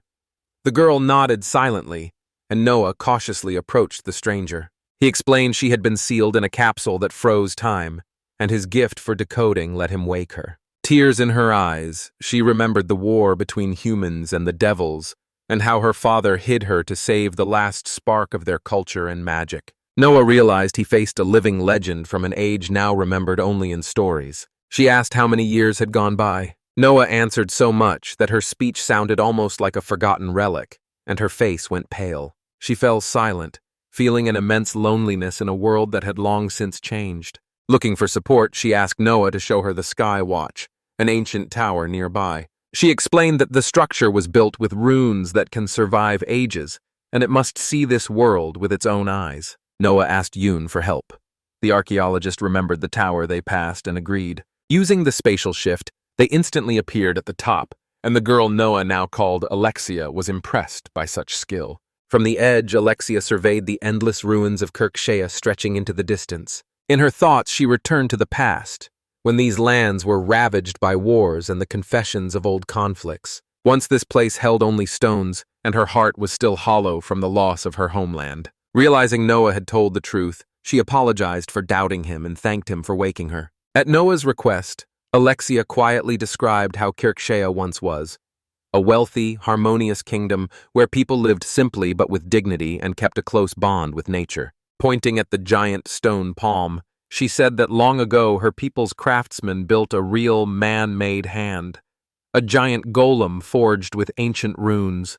The rune mages of Kirkshaya were so powerful they could repel even the most terrifying demons from other dimensions. Alexia asked how many people live in the world today, and Noah hesitated and said he didn't know the exact number, but that there are countless people. He added that perhaps it was the Rune Master's sacrifice that let humanity survive the Dark Ages and rise again today. Words fell silent, and quiet tears slid down her cheeks because whole eras lay between her yesterday and today. Noah realized how shocking it is to wake up and find that your homeland no longer exists and that you are left alone. With a warm smile, he promised he would stand by her and protect her from any danger as one of those who wield runes. Yoon, who had watched it all, wiped away her tears and whispered that the ancient people had turned out to be incredibly gentle and noble. Noah was surprised by the discovery and asked how she understood everything, and Yoon admitted she had asked Fafnir beforehand to translate their conversation. She asked to keep this meeting secret for now, even though protocol would require reporting to the king,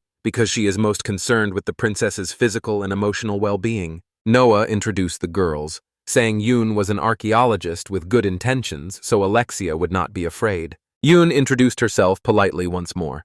Noi gave his name and mentioned Fafnir, then asked the stranger's name. Alexia, she said, and Noah thought the name sounded like an old melody.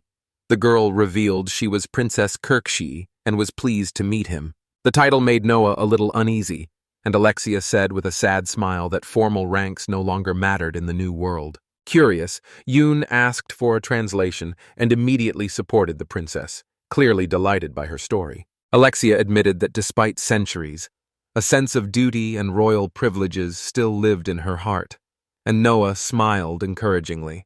She said firmly that she trusted her legs completely, and Noah joked that he knew from experience how far one could walk. She gave him a sidelong glance, and he quickly said he was only joking, then told Yoon they'd decided to walk. Yoon didn't expect that choice and raised her eyebrows.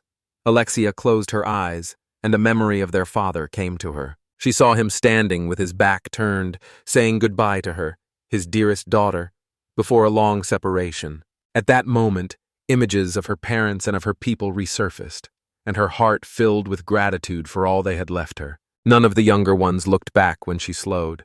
Alexia nodded without a word and hurried to catch up with the squad. Meanwhile, somewhere else entirely, a mysterious creature, clearly irritated, complained about the delay Noah caused. She believed there was no need to rush.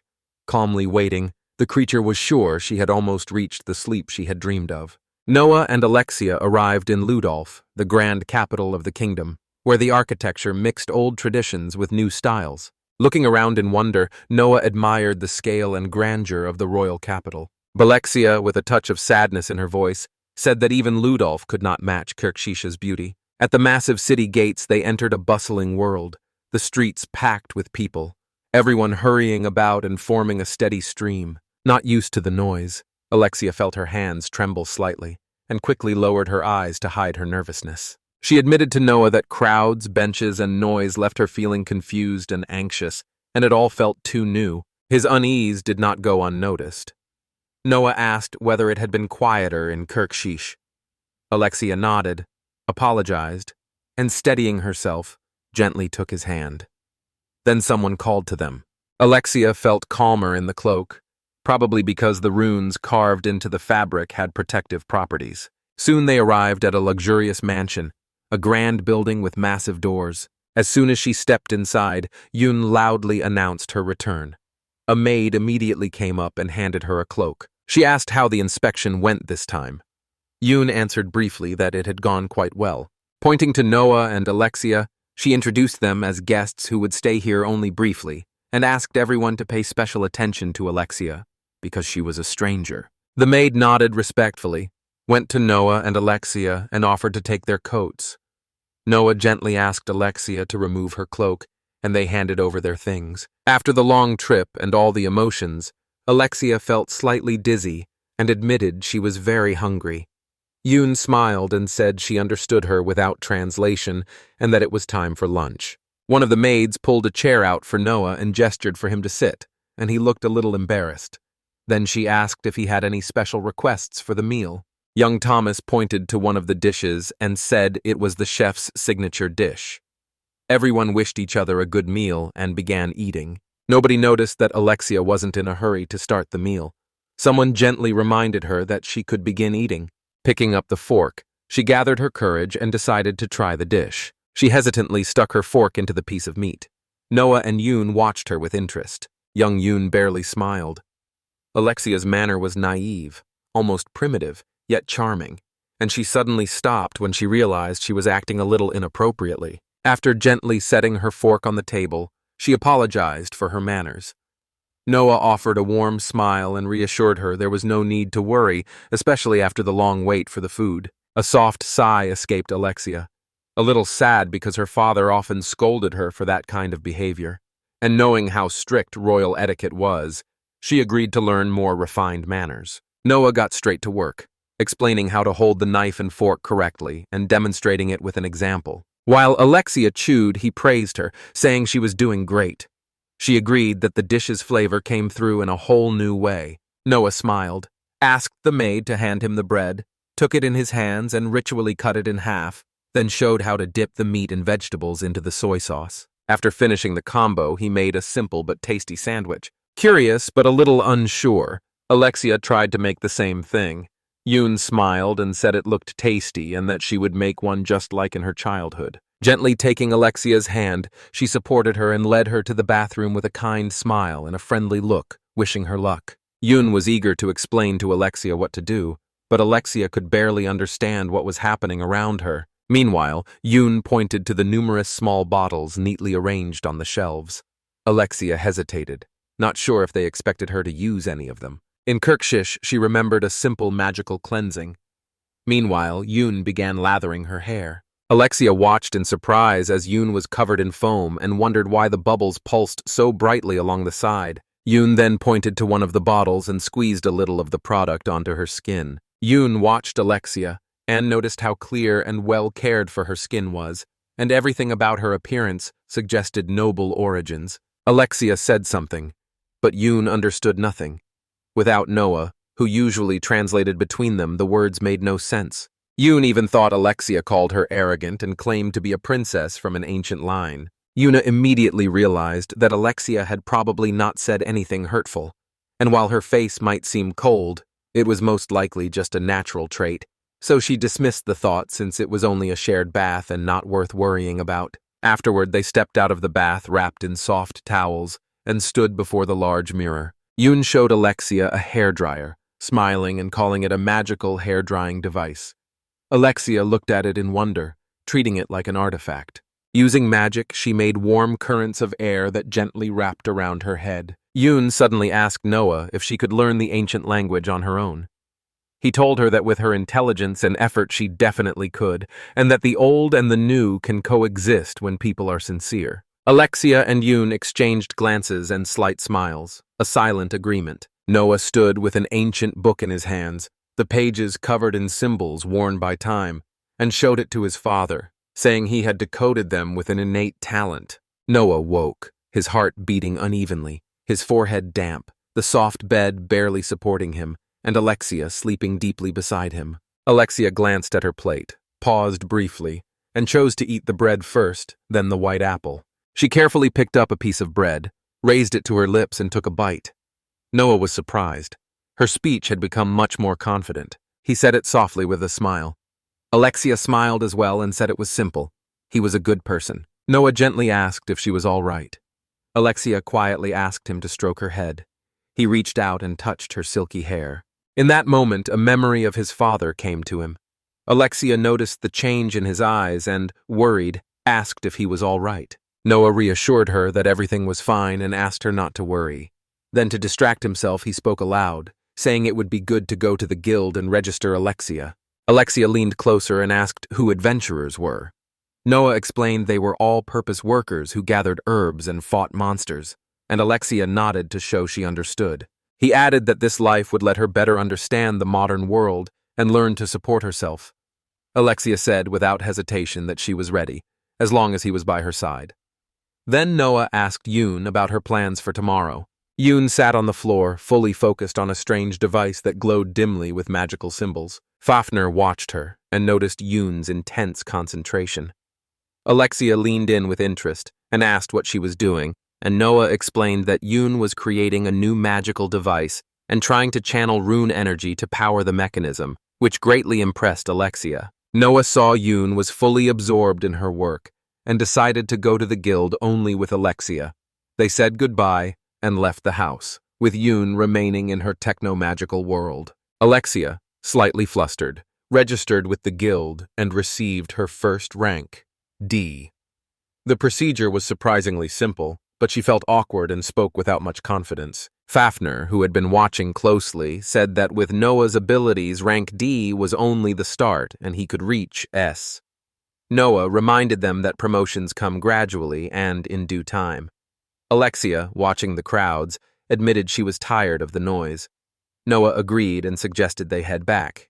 Alexia, after a short pause, suddenly asked whether Fafnir was really male or female, and Noah laughed because the question surprised him. At that moment, an unknown presence appeared behind, one that had remained unnoticed until then. Alexia froze, unable to believe her own eyes. Before them stood none other than Noah's father. Hildegund looked calmly at his son and said all explanations could wait. Noah must go home immediately. Noah, confused, protested that they had thrown him out, but his father silently grabbed his hand so tightly Noah could not pull free and ordered him to be quiet and go. Noah broke free, shouting that he would not return. Another life and new responsibilities awaited him. But Hildegund released only his son's head, not his hand. A fireball flashed into the air, and the heat around it rose. The father said he would force Noah back if he did not go on his own. Noah hoped his father would stop. Instead, things got worse as fireballs began to fall around them from a dark abyss. This rain of fire was Hildegand Aldegheim's signature attack, and he was the most powerful fire mage of his line. Magic in his hands could destroy or save. Noah stared in shock at the countless fireballs, then suddenly felt a new power inside him. Instinctively, he raised his hand, and a bright jet of flame burst from his body. That magic just beginning to wake in him was ancient, purple, misty, ominous, and majestic. Hildegund froze, unable to believe his eyes. His son stood before him holding a fire of ancient magic that proved Princess Claudia's words, and he asked if Noah had really found that ancient Greek power.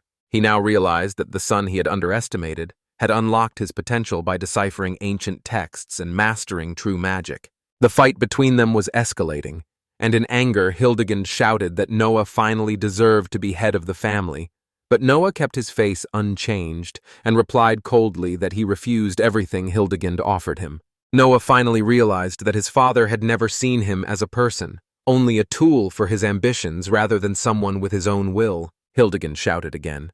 In this family, the highest value was not choice, but talent. They were the Gymnoa, bound to be strong and not pass their strength to others. For him, talent was not a gift, but fate. Alexia met his gaze without fear, and warned that if the attack kept going, someone would be hurt, urging Noah not to hold back even if he faced his own blood. Finding the power he had been seeking all his life, Noah stood before Alexia, taking the danger on himself and protecting her even at the cost of his own blood. Suddenly, the ground shook beneath my feet and the air trembled, as if the magic itself were breaking free from all control. Cracks opened in the ground, building walls swayed, and the first strong jolt made people look out of their homes. Everyone was frightened and did not know what was happening. Father warned that escape was impossible, so there was no point in trying. Then he turned sharply and walked away, not giving Noah a chance to speak.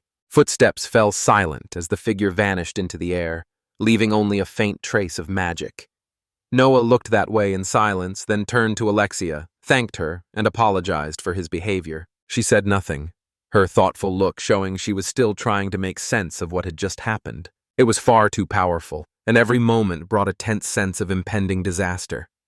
Noah could not find any peace. Suddenly, an unspeakable monster appeared from the east, a creature of gigantic size slowly approaching the city. Ancient records found in the ruins predicted his coming. People called him the Turtle Dream, a creature of dreams and ancient prophecies. When Jan Reed spoke those words before the king's throne, everyone in the hall froze with fear. The king's resolve drowned out Princess Claudia's scream, and he immediately ordered the kingdom to mobilize all its forces to prevent destruction. Within moments, orders went out to gather knights and mages and to send adventurers of every rank, starting with the first.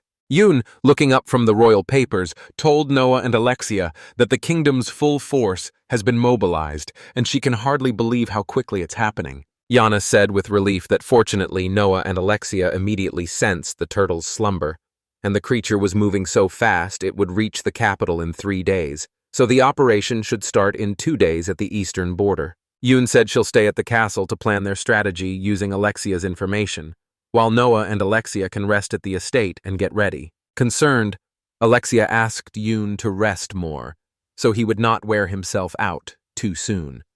Then she waved goodbye to the others and went about her business. Smiling, Noah and Alexia were left alone as a threat hung in the air.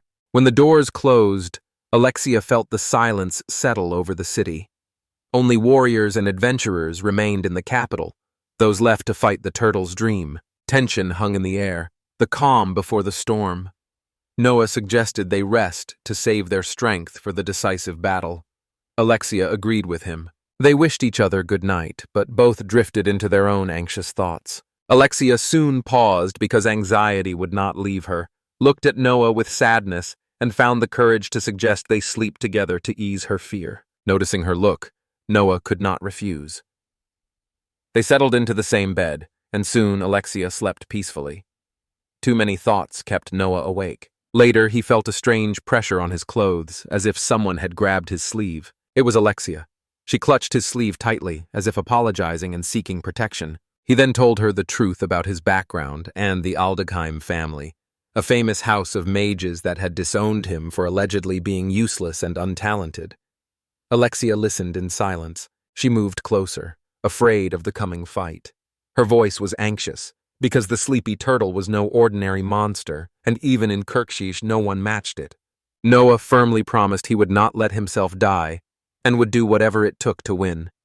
Alexia nodded, feeling his confidence, and soon fell asleep again, curled up against him. After wishing her good night, Noah looked around and saw Alexia pressed close on one side and Fafnir on the other, and it felt cozy, but the mood remained tense. The next morning, Fafnir sat by the bed and called loudly for Noah and Alexia to wake up.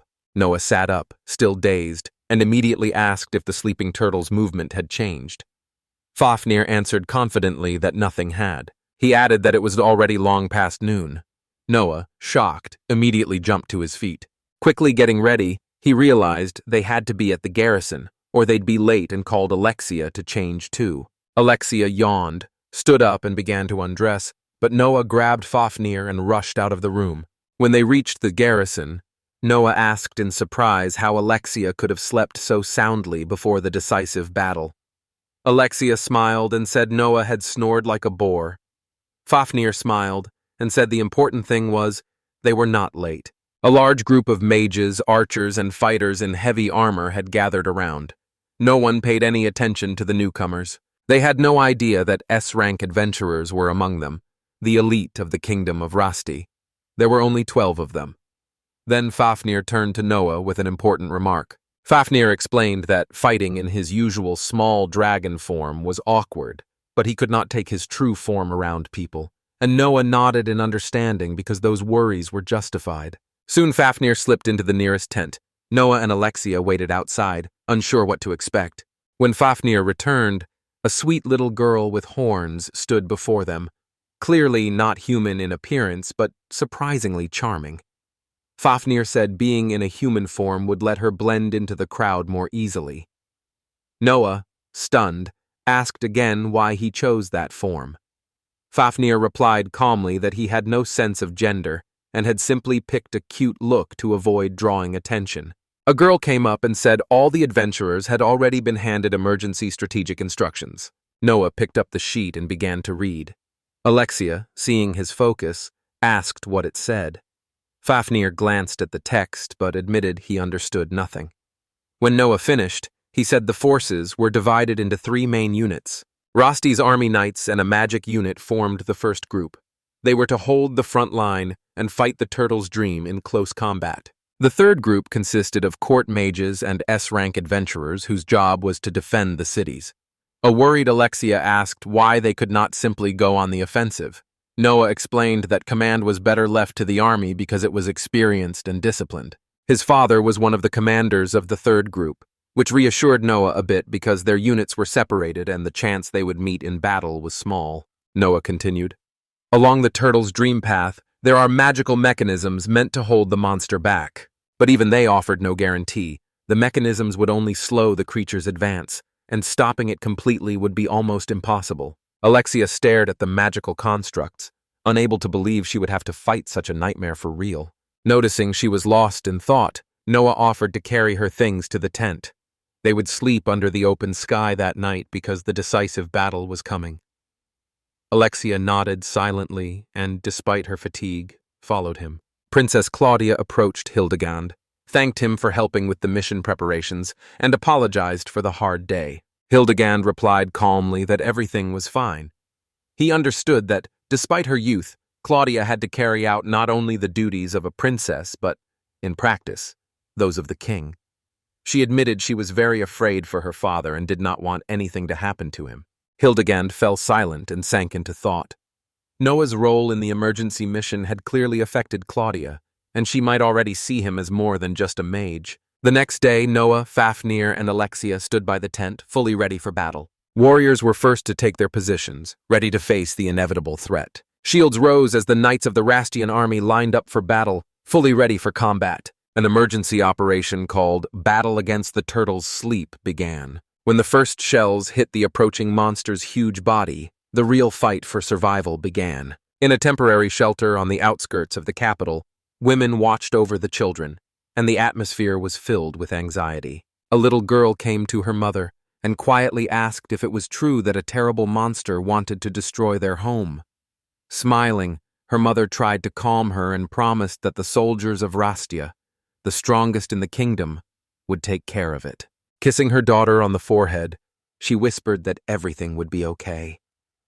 The girl only nodded quietly, but the worry stayed in her eyes. On the battlefield, fierce clashes were already raging.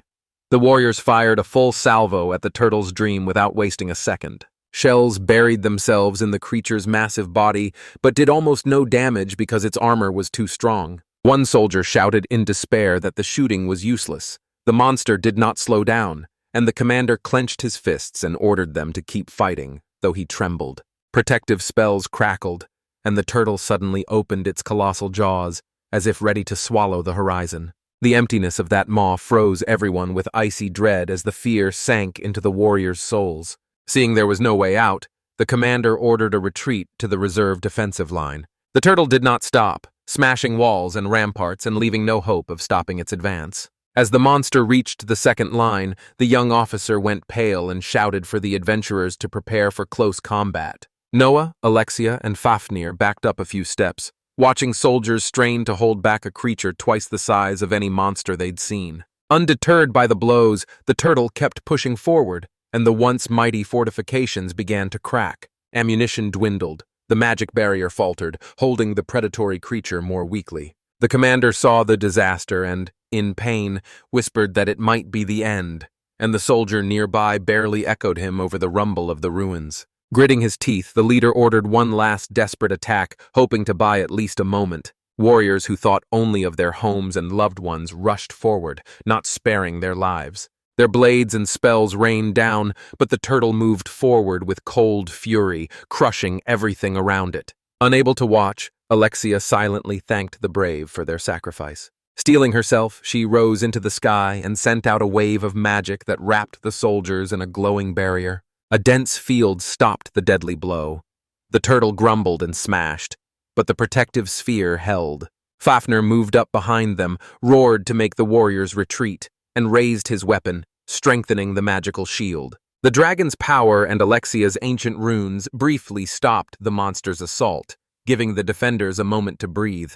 Seeing the breach, Noah readied his spell, and a violet fire of ancient magic flashed in his eyes. The next moment promised a decisive strike as the warriors' united courage and the trio's power prepared to change the course of the battle. Noah warned everyone that the turtle was closing the distance too fast, with only moments left. Without hesitation, Alexia snapped at the adventurers and ordered them to retreat immediately to the reserve line. Frozen in horror, the soldiers suddenly realized they had to run or they'd die right there. Noah kept his distance and stared at the monster, rage and pain burning in his chest. Ruined Kirksheesh and the deaths of the innocent flashed before his eyes, including Alexia's close relatives. She realized the sleepy turtle had killed her father and hundreds of others. Noah raised his hand and a whirlwind flared around him as if nature itself answered his anger. The storm winds spun ever stronger, feeding the force born from his soul.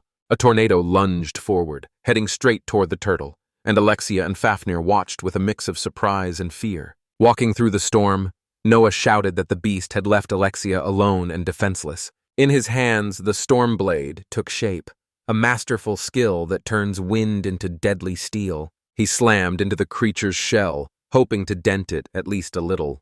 The tornado roared around the monster, and Noah watched the hurricane grow stronger with every second. When the whirlwind subsided, a tense silence fell, and the turtle stood unharmed as if nothing had happened. The shell remained uncracked and still gleamed.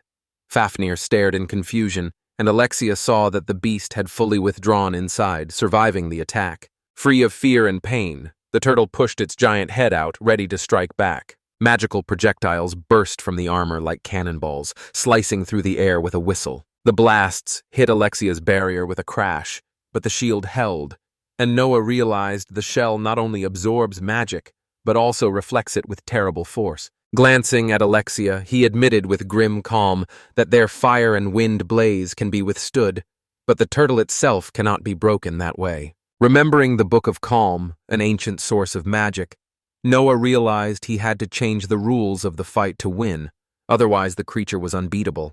Quickly, Noah scanned the area, caught Alexia's and Fafnir's eyes, and realized that without their distracting maneuver, his risky defense plan would fail. But when he carries out the plan, he will lose his strength for a minute because his body cannot handle that strain, and no one yet knows about this weakness. Steadfast resolve lit the comrades' eyes, and they all said they could be relied on. Noah thanked, but at that moment everything went wrong when a powerful wave of magic struck him from behind. Unaware where the blow came from, he felt his body jolt and his ears ring from the blast that sent him forward. Fafnir spun around, stunned.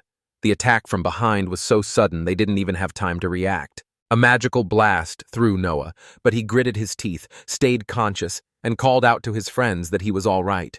Gathering his resolve, he urged Alexius and Fafnir to focus their strikes on the turtle to prevent it from gaining a decisive advantage. Sensing an unseen threat, Noah spun around sharply as a rustle of danger pulsed through the air. A dark figure stood before him, Hildegand Aldegheim, his father, eyes blazing with anger and disgust. A merciless flame burned in Hildegand's hands, and his cold voice threatened as if he had already decided the son's fate.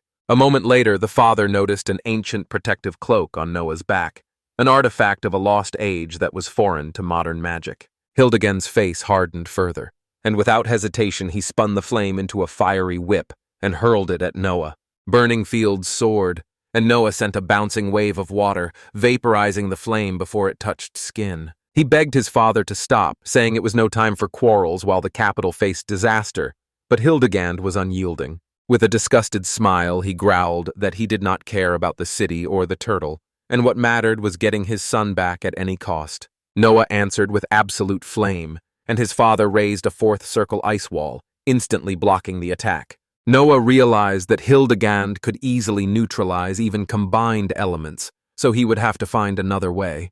Gathering his last strength, he fired a concentrated magical blast, hoping to break through his father's defense even for a moment. The strike tore through the icy barricade, sparks flying everywhere, and the decisive duel between father and son erupted with renewed fury. Father, consumed by rage, ordered the flames to burst, activated a 6th-level spell, and the air around seemed to boil. The air overheated, magic rippled in waves, and a lava meteor burst from Hildegard's hand and hurtled toward Noah. Their eyes met, and despite the spell's crushing power, Noah stayed iron calm, not looking away. A thunderous blow gouged a huge crater into the ground, but Noah stood unbowed in the smoke. Hildegard himself rose from the ashes laughing, mocking that the worthless talent had matched the greatest mage of the age. Smiling, he called it unfortunate that this power would not belong to the Aldekheim family, and even worse if the secret of Noah's exile is exposed. A hidden threat laced his voice. To keep his title, he would do anything, even kill his own son. Tearing off his cloak, Hildegard declared the final battle. Either Noah surrenders or disappears forever. But Noah answered quietly that he had no intention of going back and would not let anyone kill him. Dropping his cloak, eyes flashing with determination, he promised Alexia he would destroy the sleepy turtle and not stray from his chosen path. Not wanting to fight his father, he could no longer back down, and the clash was inevitable. Noah looked straight into Hildegard's eyes, and Noah's steady courage left Hildegard deeply unsettled. "Such brazen insolence!" the father roared, not believing his son had dared to stand up to him. Noah just muttered, "It's too late to be a father now." In an instant, he vanished from sight, leaving Hildegard stunned by the sudden teleportation. Realizing his son was using spatial magic, he roared in fury and vowed he would not let him escape. "I'm not running away," a voice said from behind. Hildegard tried to turn, but it was too late. Noah was already standing right in front of him. He gathered all his strength and raised a fist charged with ancient energy. Like thunder, he struck a crushing blow straight into the father's chest, deciding the outcome of their brutal duel. Hildegard took a blow square to the chest and fell to the ground, coughing hoarsely. Noah stood over him, and the father, twisted by pain, still tried to force a smirk. The son asked sternly how much longer he would cling to the past, warning that if he did not stop now, all the blame would fall on him alone. Rising to his knees and trembling, Hildegard croaked that he could not believe Noah would kill his own father, and Noah's eyes showed unwavering resolve. A thin streak of light flashed in his palm, and a black void opened before Hildegard, swallowing the last of the magic. The father's body went limp, a lifeless weight on the cracked earth. Noah stood silently over him, showing no emotion, then tilted his head slightly and walked away. Under his breath, he whispered the fairy tale words, "Someday everything will be fine," but his voice was edged with bitter irony. Meanwhile, Alexia still held back the sleepy turtle, her barrier flickering under strain. Fafnir circled overhead, blasting fiery beams straight into the giant creature's face. Seeing the girl's fatigue, the dragon offered her a rest, but Alexia said she was holding on and would not back down. With the tension at its limit, a figure approached them. Both turned at once. Noah quietly apologized for being late, as if it mattered in the middle of a fight. Quickly surveying the field, he proposed they join forces and finally finish off the monster. Alexia flinched, looked at Noah, and timidly asked about his father. For a moment, a heavy silence fell. Noah barely smiled and whispered, "I don't have a father anymore." The words sounded like a verdict, and tears welled in the girl's eyes. Fafnir kept watching the turtle and warned that the monster was preparing to attack again. Without wasting a second, Noah raised his hands. The barrier formed a solid wall and withstood the turtle's devastating salvo. Defending was not enough.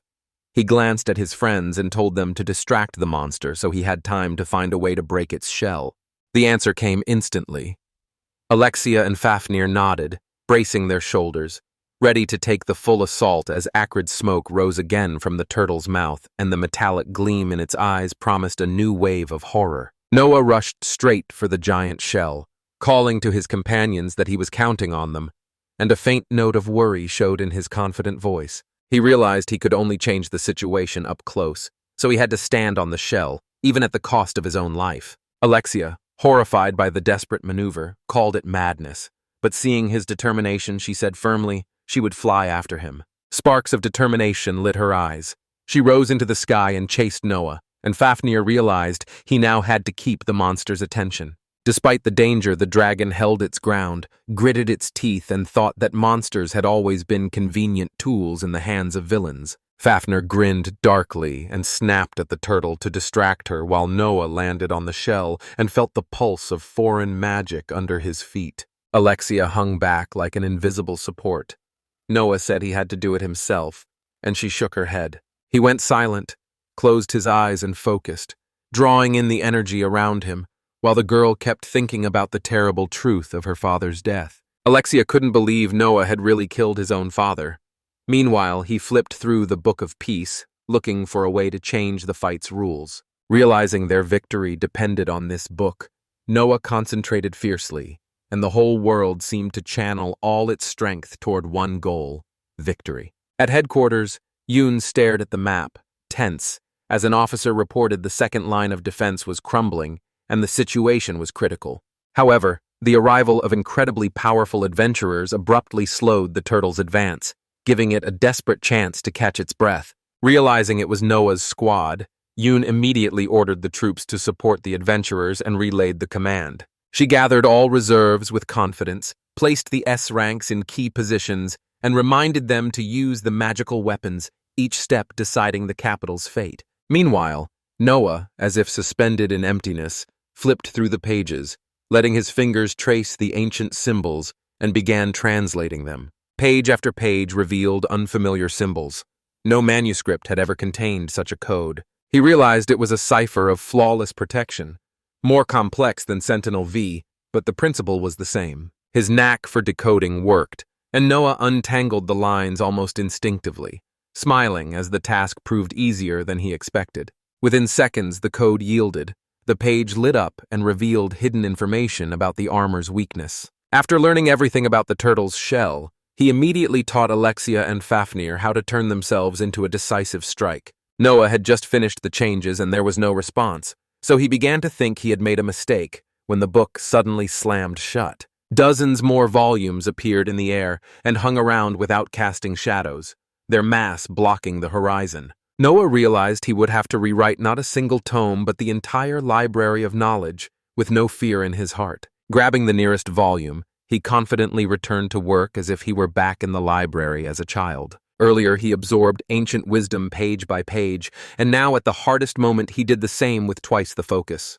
Noah solved another code as the runes melted under his gaze, hardly noticing time lost or any fatigue. Book after book revealed secrets, and he hardly noticed how much effort he'd already spent, since decoding had become routine. Each page he turned brought him closer to his goal, the key that would shatter the monster's armor. Fafnir hovered in front of the shell, keeping his eyes on the turtle as it reached a paw forward to try to grab him. The next moment, the claw closed around the dragon, and despite all his maneuvers, he was caught in an iron grip.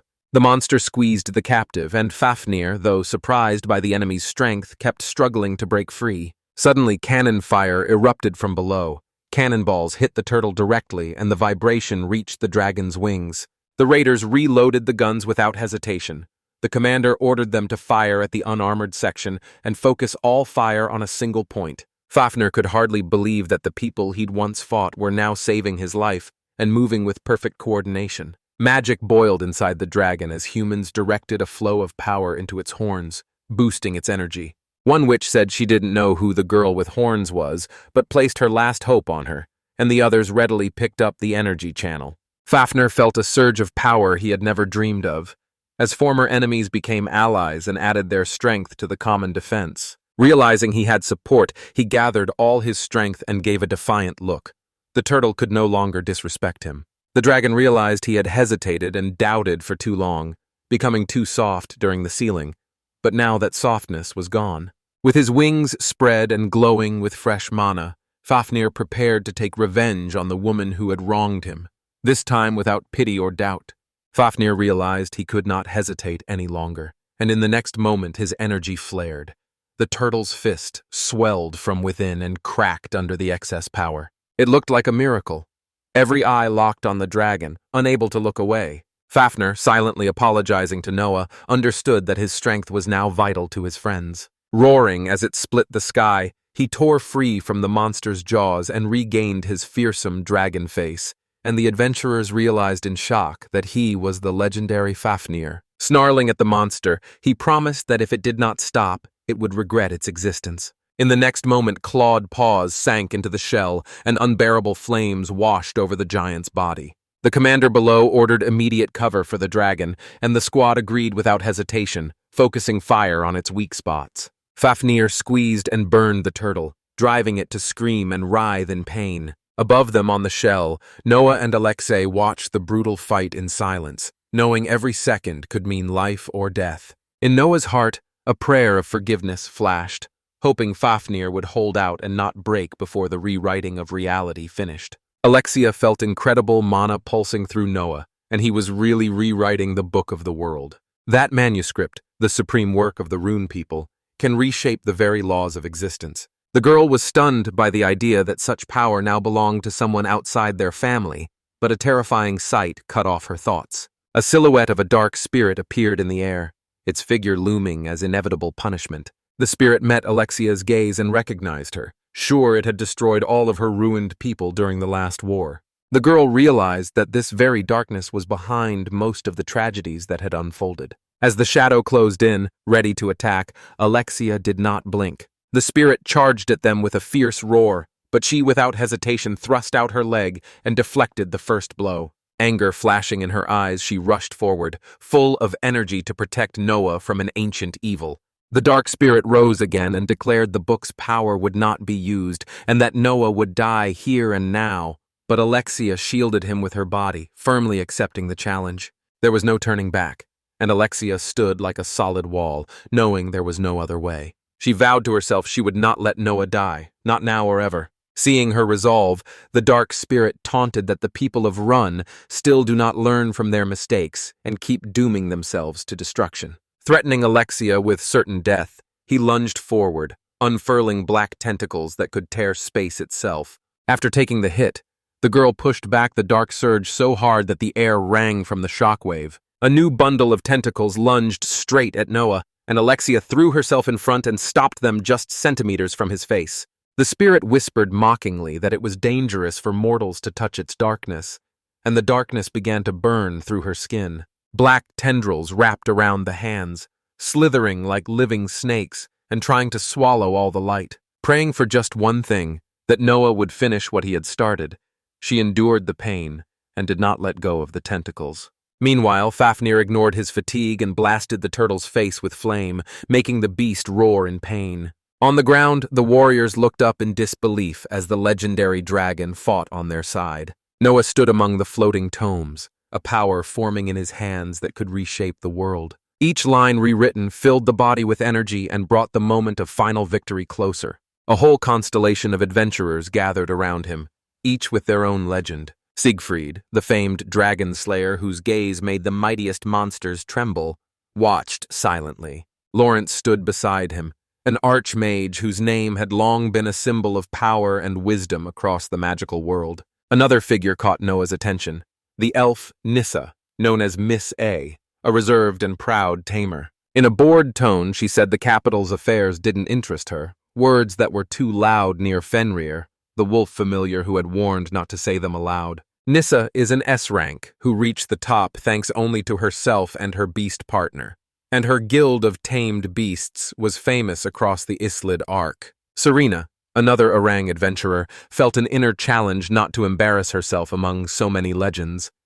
In her mind, Noah and his companions were already fighting on the front lines. Serena watched the headquarters with worry, where Yoon confidently ran the operation and pushed herself to the limit because the future of the whole kingdom was at stake. Seeing Princess Claudia, Yoon hurried toward her, weighed down by the huge responsibility. Claudia thanked Yoon for her brilliant leadership and Yoon looked away modestly, certain she did not deserve the praise. A worried princess admitted that the sleepy turtle was almost at the last line, and Yoon suggested evacuating in case things got worse. Claudia refused to flee, since the warriors fight for the kingdom and her place is among the subjects. Straightening up, she said she has no right, as the king's representative, to undermine the army's morale. Moved, Yoon nearly cried, but Claudia quietly promised that they would win and the turtle would fall. One of the guards said the princess's heart will not falter even at the dragon's roar, and he will stand by her to the end.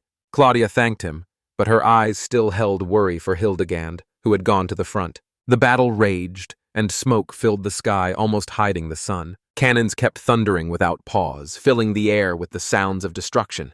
Hildegand lay on the field, his clothes torn and his whole body covered in dust. Two guards ran up, calling out that they had found the commander. The medic knelt beside him and shook him to wake him up. Assessing the situation, he sent a messenger to fetch a winged dragon to bring help quickly. Suddenly, Hildegand fell silent, groaned, opened his eyes, and bewildered, asked where he was. Relieved, the medic sighed, thanked the heavens, and quickly began giving the medicine. He explained that while trying to stop Cherapaka, the commander was hit hard. Hildegand nodded, remembering the fight. The medic said the wound was not fatal and that he had only been unconscious for a moment. Standing up, Hildegand apologized for the trouble, and the medic said it was nothing compared to his contribution to the defense. Still stunned by the events, Hildegand felt he was forgetting something very important. The memory slipped away, leaving a cold knot of anxiety inside. Fingers groped blindly and found the clover amulet, the ancient runes on the metal glowing red. A sharp pain hit his head, like someone tearing the seal on his memories, and he couldn't make sense of them in time. The pain was bearable but persistent, like a reminder of an unkept promise. He felt the talisman belonged to someone dear, but the name kept fading away. When the medic asked how he felt, he answered through gritted teeth, "My head is splitting." He refused to stand down. It was time to go back into the fight, and despite the guards' protests, he took the winged dragon. Unbreakable resolve, head straight to the front now. Guards below tried in vain to hold him, but the dragon was already carrying the commander toward the ominous turtle. Hildegand stared at the monster's dark shell pulsing with immense mana. Magical whirlwinds rose from its surface like thunderclaps able to split the earth. Nearly exhausted, Alexia still held her ground against the spirit of darkness. Each new enemy attack hit harder, and her shields melted in flashes of darkness. Not pausing, she blocked blow after blow, determined not to fall. But his reserves dwindled. The barrier around Noah trembled and faded. At last, the final devastating surge shattered the defense. The sphere cracked, and Alexia cried out. The spirit bared its teeth like a predator. It will now destroy the remnants of the Run people once and for all. Hildegand saw it in the sky, and his only thought was to destroy the evil threatening the girl. Seething with rage, he lifted the light of the seventh circle, and a bow of pure, radiant energy formed in his hands, dazzling as dawn. The light arrow, embodying pure power, pierced the turtle's shell with a dazzling beam, tearing its defenses like an August spiderweb. At that very moment, the spirit of darkness dissolved like smoke after a storm, leaving no trace. Hildegand hurried to the exhausted Alexia and asked anxiously if she was all right, and she, stunned, recognized him as Noah's father. A flash of realization that Noah had not killed her father crossed her face when Hildegand said they had already met at the palace. He scolded her for taking the risk, insisting he would finish the fight himself. And Alexia realized he was a very different man from the cruel mage he had been. Once stern and ruthless, he now seemed gentler, full of doubt and inner conflict. These changes led her to believe that Hildegand's attitude toward Noah had permanently changed. She suggested they join forces to protect Noah, since only together could they overcome the darkness. When his son was mentioned, the mage's eyes widened as if he was hearing about him for the first time, and this frightened Alexia. Pointing to Noah behind the girl, he asked, "Is that the one you're talking about?" Stunned, she asked if Hildegand could really not remember his own son, and the reply, "That is impossible," brought a sharp pang of pain. Alexia remembered Noah saying he no longer had a father, and realized he had magically erased all his father's memories of him. At that moment, the spirit of darkness gathered again before them, mocking their pathetic attempt at resistance. Hildegand was shocked to realize that even the seventh circle of light had not destroyed the enemy, which was absurd. Alexia explained that this very spirit summoned the sleeping turtle and caused all the tragedies, and her voice held pity for Noah. She begged the mage for help. Only together did they have a chance. Hildegard did not understand what was happening, but sensing the girl's resolve, he nodded and said, "I'll support you if you want." Alexia thanked, her heart aching, knowing erased memories could not be recovered, but she had to keep fighting despite the losses. The spirit of darkness, majestic and formidable, hissed that numbers do not matter, and that the darkness will devour any power.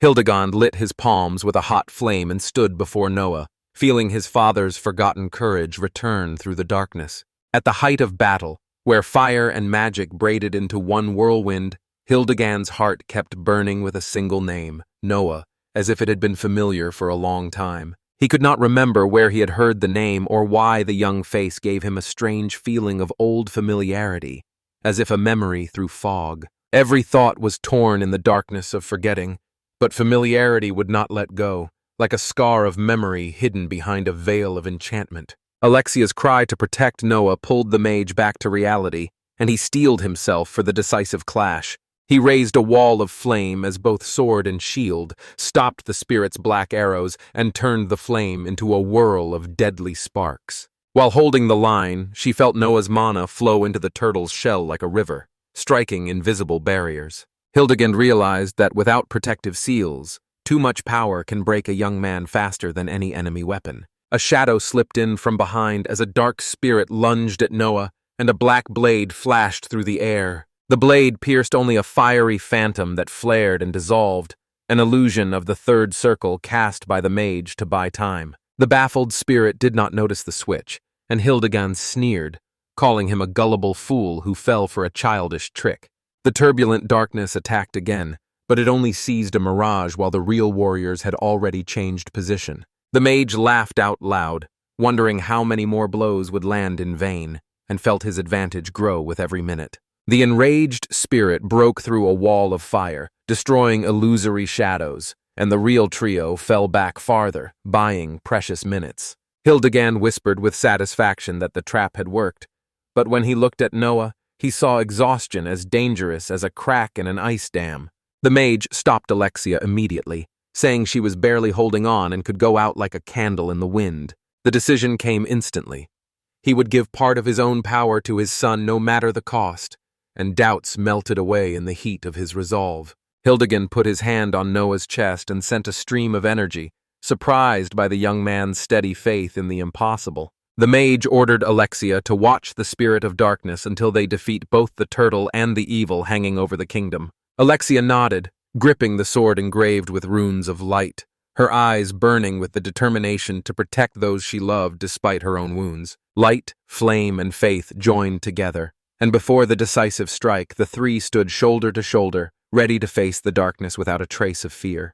Hildegard looked at Noah, shock flashing in his eyes as the boy's movements and mana oddly echoed something familiar. In the flow of magic, he suddenly recognized Reyna's notes, and it felt too similar to be a coincidence. A piercing pain shot through his head, and for a moment everything faded into oblivion. He turned away, afraid his emotions would break his focus at the most critical moment. Memories of Reyna flooded back when he pulled out the photo locket and saw her smiling face, as if she were alive. A memory surfaced of the day she woke him at his writing desk when he had fallen asleep over a treatise on magic. She joked that the grimoires make him forget about his own health. She warned that the unborn child will pick up his habit of sleeping behind the parchments, so they need to learn to rest beside her. He laughed then, promised to be more careful, and they met at the Royal Academy of Magic. Reyna, a simple girl, outworked the aristocrat Hildegard and was the first to step into the stream. At first, the relationship was pure competition, aristocratic pride against independent strength of character. Each argument made their bond stronger and became an odd foundation for mutual respect. Eventually, the fights gave way to feelings they could no longer ignore. Facing family opposition and social pressures, the young couple stood up for their right and got engaged. Their marriage wasn't easy either. Their backgrounds remained a problem, but they kept proving their love was real. Reyna, holding a stack of books, asked what those volumes were, and he answered that they were grimoires from the fire and ice schools. A descendant of the Aldeckheims must master the basic elements, but that alone does not earn the title of a true master. Smiling, she asked if he had thought of a name for the baby, Usually, serious Hildegand looked embarrassed and admitted he hadn't chosen yet but would soon sit down to look. He really set out to find options for the boy and the girl, but while heading to Reyna, he had no idea how soon the world would turn upside down. Hildegand went pale as he entered the room. Reyna lay on the floor, her strength draining from her body. He collapsed nearby, and the doctor who had just examined the woman in labor said his condition was critical, with almost no chance without immediate help. Blood drained from the mage's face.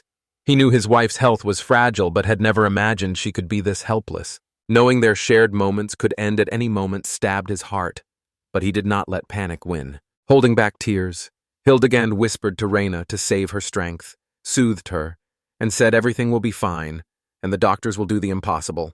Remembering the reason for the visit, he forced a smile and announced the child's chosen name, Noah. Reyna replied with a warm, tired smile, saying it was a beautiful name, and at that moment a ray of hope touched his heart. Then, in a barely audible whisper, she admitted, fearing she might never see her son's eyes, and the words pierced the mage's soul like an ice blade. In pain, he called her name, and Reyna just quietly apologized for all the trouble she'd caused him. Hildegand squeezed her hand, saying he loved her more than anything, but his words felt powerless against death. A gentle light still glowed in Reyna's tired eyes, tears rolling down her cheeks as she whispered a loving reply. Pressing her hand to his chest, the mage tried to keep some of her warmth. Soon, only a crying baby remained in the room. Hildegand's world had been destroyed. Dreams of a life with Reyna turned to dust, but she left him their greatest treasure, their son. Noah was sniffling quietly as the father bent over his wife's body, tears falling onto her peaceful face. Bitter loss tore at him. He vowed to be a better father than he'd been a husband, to honor Reyna's memory. Hildegand froze when he looked at the infant. The tiny creature thrummed with an uncanny, magical power. Streams of pure mana felt almost physical, making the mage hold his breath in wonder. None of the wizards he had met had such perfectly aligned meridians. Nature had created a true wonder. Beneath the joy lay a heavy truth. Reyna gave her life so this incredible boy could be born. Hildegand flinched as he looked at Noah, realizing he had never been the father his son needed, and had wrongly blamed his son for Reyna's death. 5 years passed before they met again, and young Noah was already showing unique abilities that amazed everyone. When Hildegand heard about his son's gift for deciphering ancient texts, a dream he had thought broken returned as fresh pain. Passing his mana to Noah, he watched in amazement as the boy grew stronger, as if a gulp of heavenly fire had filled him. In the swirl of flame and magic, the mage's memory lit up with every day of his past, including the sins he had tried to forget. Remembering how he pushed Noah away and shut himself away in grief, he realized the pain he caused his son was coming back to punish him. Crushed by remorse, he sank down beside Noah, realizing he had never become the man and father he was meant to be. Tears wiped away his stern mask. Between sobs, he admitted he had ruined his son's future with his own hands, and forgiving himself was already too late. The humiliating insults he rained on the boy returned like sharp shards, each one stinging worse than a sword. No time remained for atonement as a dark spirit roared in the sky, crying out that it had found their fragile truth. Alexia lunged forward, though she had almost no strength left, ordering Hildegand to flee with Noah while doubt flickered in his eyes. He asked what would happen to her, but the girl cut him off and said, "Save my son, do not look back." Her voice was like steel.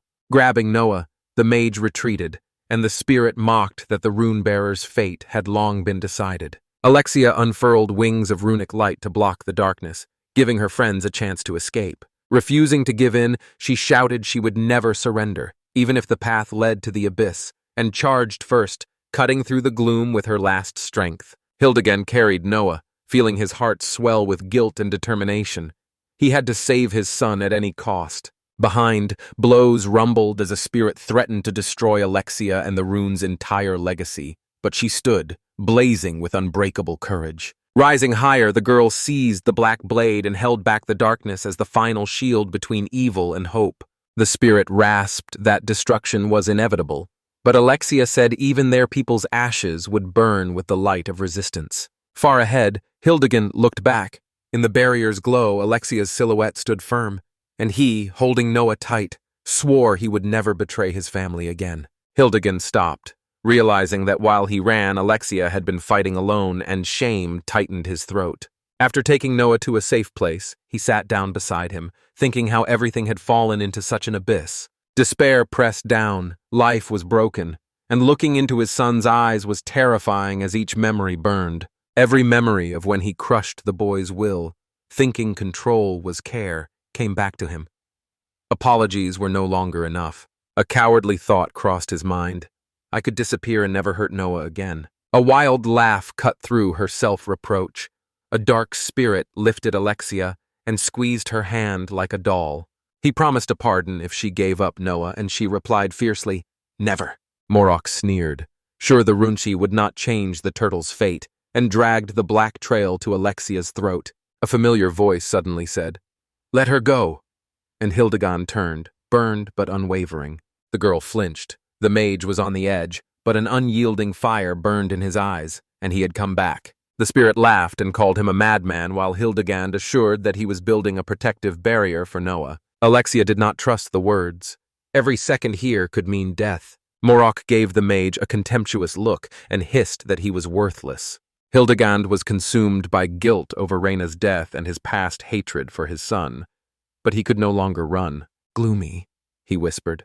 "That's enough. Now he must love and protect Noah." The spirit let out a scream, but the mage rose as flames danced around him, and he declared he was still the strongest fire mage. Words struck like a gong, and even the darkness paused when the wind changed. Hildegard stood between Alexia and Morok, his chest burning with remorse and resolve. He issued a challenge. "Try to walk through me. This time I will not back down." Sparks rose into the night when the old sinner fought for the first time, not against an enemy, but for his own redemption. Hildegard's eyes lit with determination as he spoke a spell that could burn away the very essence of darkness. The dark spirit laughed, calling those words a pitiful joke. But the mage ignored the mockery and apologized to Noah and Reyna while raising a hand filled with burning mana. He renounced his titles and fame, summoned the fiery spirits that had lived in his blood for centuries, and released them into the world through the darkest corners of the universe. Unable to endure the heat, the spirit released Alexia. She fell to the ground while the enemy mocked that the mage must think he would be allowed to finish the spell. A black blade flashed through the air, but using the same illusion, Hildegard stepped aside, causing the darkness to strike empty air again. Realizing the enemy had fallen into the trap a second time, the mage grew confident. The darkness's overconfidence had made it vulnerable. He vanished in a flash of heat and appeared behind the spirit, summoning the primeval fire that had burned since the world was created. A colossal sphere of energy exploded in his palms, the essence of destructive fire. Granite resolve shone in his pupils, and his hands clenched the core as if it were the light source of the apocalypse. The meteoric wrath was the 10th and ultimate level of fire magic. The mage knew the blast's power was beyond even Turtle's magic, so it would strike only the dark likenesses. The sphere tore the fabric of space, struck the spirit, and destroyed its essence and everything around it. Falling under his own flames, Hildegard felt his strength melt like wax in the sun. Only one wish remained, to ask Noah for forgiveness for all past sins. Steps slowed. The mage staggered, and Alexia pressed her back against him to keep him upright. Exhausted, he closed his eyes as the girl called his magic majestic, and for the first time called him father, and he sank to the ground. A sinister rasp rose from the smoke, and the spirit of darkness survived, filled with fury and contempt. He appeared in a new, even more terrifying form, admitting he was forced, for the first time in a century, to reveal his true face. A powerful aura compressed the ground beneath Alexia's feet, as if reality itself trembled at its power. He solemnly declared that no one in 100 years had forced him to go this far, and now everyone would feel his endless darkness. The spirit of darkness, sure of its invincibility, lunged at Alexia, opened a huge mouth and promised to end their suffering within a minute. The girl's eyes widened in terror, and it felt like the end was just a step away. Suddenly, a silhouette emerged from the darkness and, raising a hand apologetically, whispered that he was late. As the spirit hovered over Hildegard and Alexia, a blinding beam like lightning pierced his chest. Light struck the black entity, tearing it apart with incredible speed and precision. The beam released Noah. When the glow faded, he stepped forward and looked at his friends' tired forms. Clearly surprised, the boy asked if this was the same great spirit of darkness. Alexia heard the explanation. By removing the turtle's perfect defense, Noah exposed the enemy to magical attacks. Relief washed over the girl, and Noah was already looking at his father. He saw the exhausted Hildegand, but held back his question because every second mattered. At that moment, a crack appeared on the turtle's shell. Noah confidently assumed it was his father's magic and suggested they move back to a safe distance. Determined, he hoisted Hildeganda onto his back and jumped away from the center of the fight, ready to counterattack. The turtle let out a piercing roar, and its shell split into a dense web of cracks, crumbling under the pressure of magic. Yoon stared, stunned, as the ancient creature finally broke apart. The warrior beside her reported that the process was partial, but that it was the result of their efforts. The commander realized that only Noah could make the impossible happen, and at that moment Princess Claudia stepped forward. Claudia's gaze was firm. "We win now or never," she said. Yoon nodded, her heart pounding like a drum. Lawrence appeared in the sky, the court archmage balancing on a broom. Inspired, he focused all his mana and fired a third circle lightning bolt into the center of the shell. The electric blade sliced clean through the turtle's body, and Lawrence was stunned to see the magic behaving differently. Amazingly, the turtle not only absorbed the blows, she now returned them twice as strong, inflicting even more deadly damage on herself. This was a historic moment. Veteran mage Lawrence realized that such phenomena are almost unheard of, and even his efforts pale next to what Noah did in taming the colossal force. Noah stood beside Alexia, with the unconscious Hildegand nearby, and a light signal for help flashed over the battlefield. The young man said confidently that reinforcements were already on the way, and they just needed to hold on a little longer. Despite the combat blizzard, he knew he had to cut off contact with his father for good, because the protective memory erasure no longer worked, and it was time to close the chapter. Even in the hell of battle, Noah couldn't shake the painful memories of Hildegand from his heart. Alexia said quietly that the father was truly sorry and begged for forgiveness, sincerely admitting the harm he had done to his son. The words struck Noah. Unable to forgive right away, he said that during the erasing, he saw strange fragments of the past. The father truly loved the mother, a discovery that overturned the boy's old beliefs. Noah realized he'd been wrong, and the bitterness eased, leaving only pure sorrow. Noah remembered how at the decisive moment Hildegand gave him her own mana, and without that gift, the young man would have died. After the battle, Noah decided he would talk to his father and try to restore what was lost. Seeing Alexia's wounds, he insisted she rest, and after arguing, she sighed and agreed because it made sense. Meanwhile, the fight with the sleepy turtle reached its climax. Fafnir relentlessly blasted the monster with fire. The dragon wondered how Noah and his companions had managed to pierce the creature's impenetrable shell. Turtle, sensing the opponent's weakness, struck with terrible force, sending Fafnir to the ground as frightened cries rose from below. The commander rushed to help, but a soldier stopped him and warned that a senseless attack would only make the destruction worse. Fafnir regained consciousness, rose from the dust, clenched his jaw, and, ignoring the pain, flew back into the sky. Cutting through the air, he shook off fatigue and slammed into the enemy's armor in flames. Each new strike split the shell, and even with its iron hide, the turtle began to buckle, while the adventurers below watched with their mouths open. Nissa the elf, Miss A, rode her majestic familiar, preparing to join the decisive assault. Perched on Fenrir's back, Nissa watched the giant creature closely and, encouraged by the view, leaned toward the wolf to get a better look at the battlefield. Her gaze landed on Fafnir's collar, and the elf was stunned to realize this wild, fearsome dragon was someone's pet. Holding the collar up to Fenrir, she asked if they knew each other, and the wolf, sounding enthusiastic, said he had once fought alongside the dragon. Fenrir stepped closer, his eyes glowing with a fiery light as their gazes met. Fafnir spread his wings and grunted a crude joke, calling Fenrir a good puppy. The wolf sneered, called him a fried lizard, and threatened to freeze him, but Nissa stopped the spat by reminding them of the battle.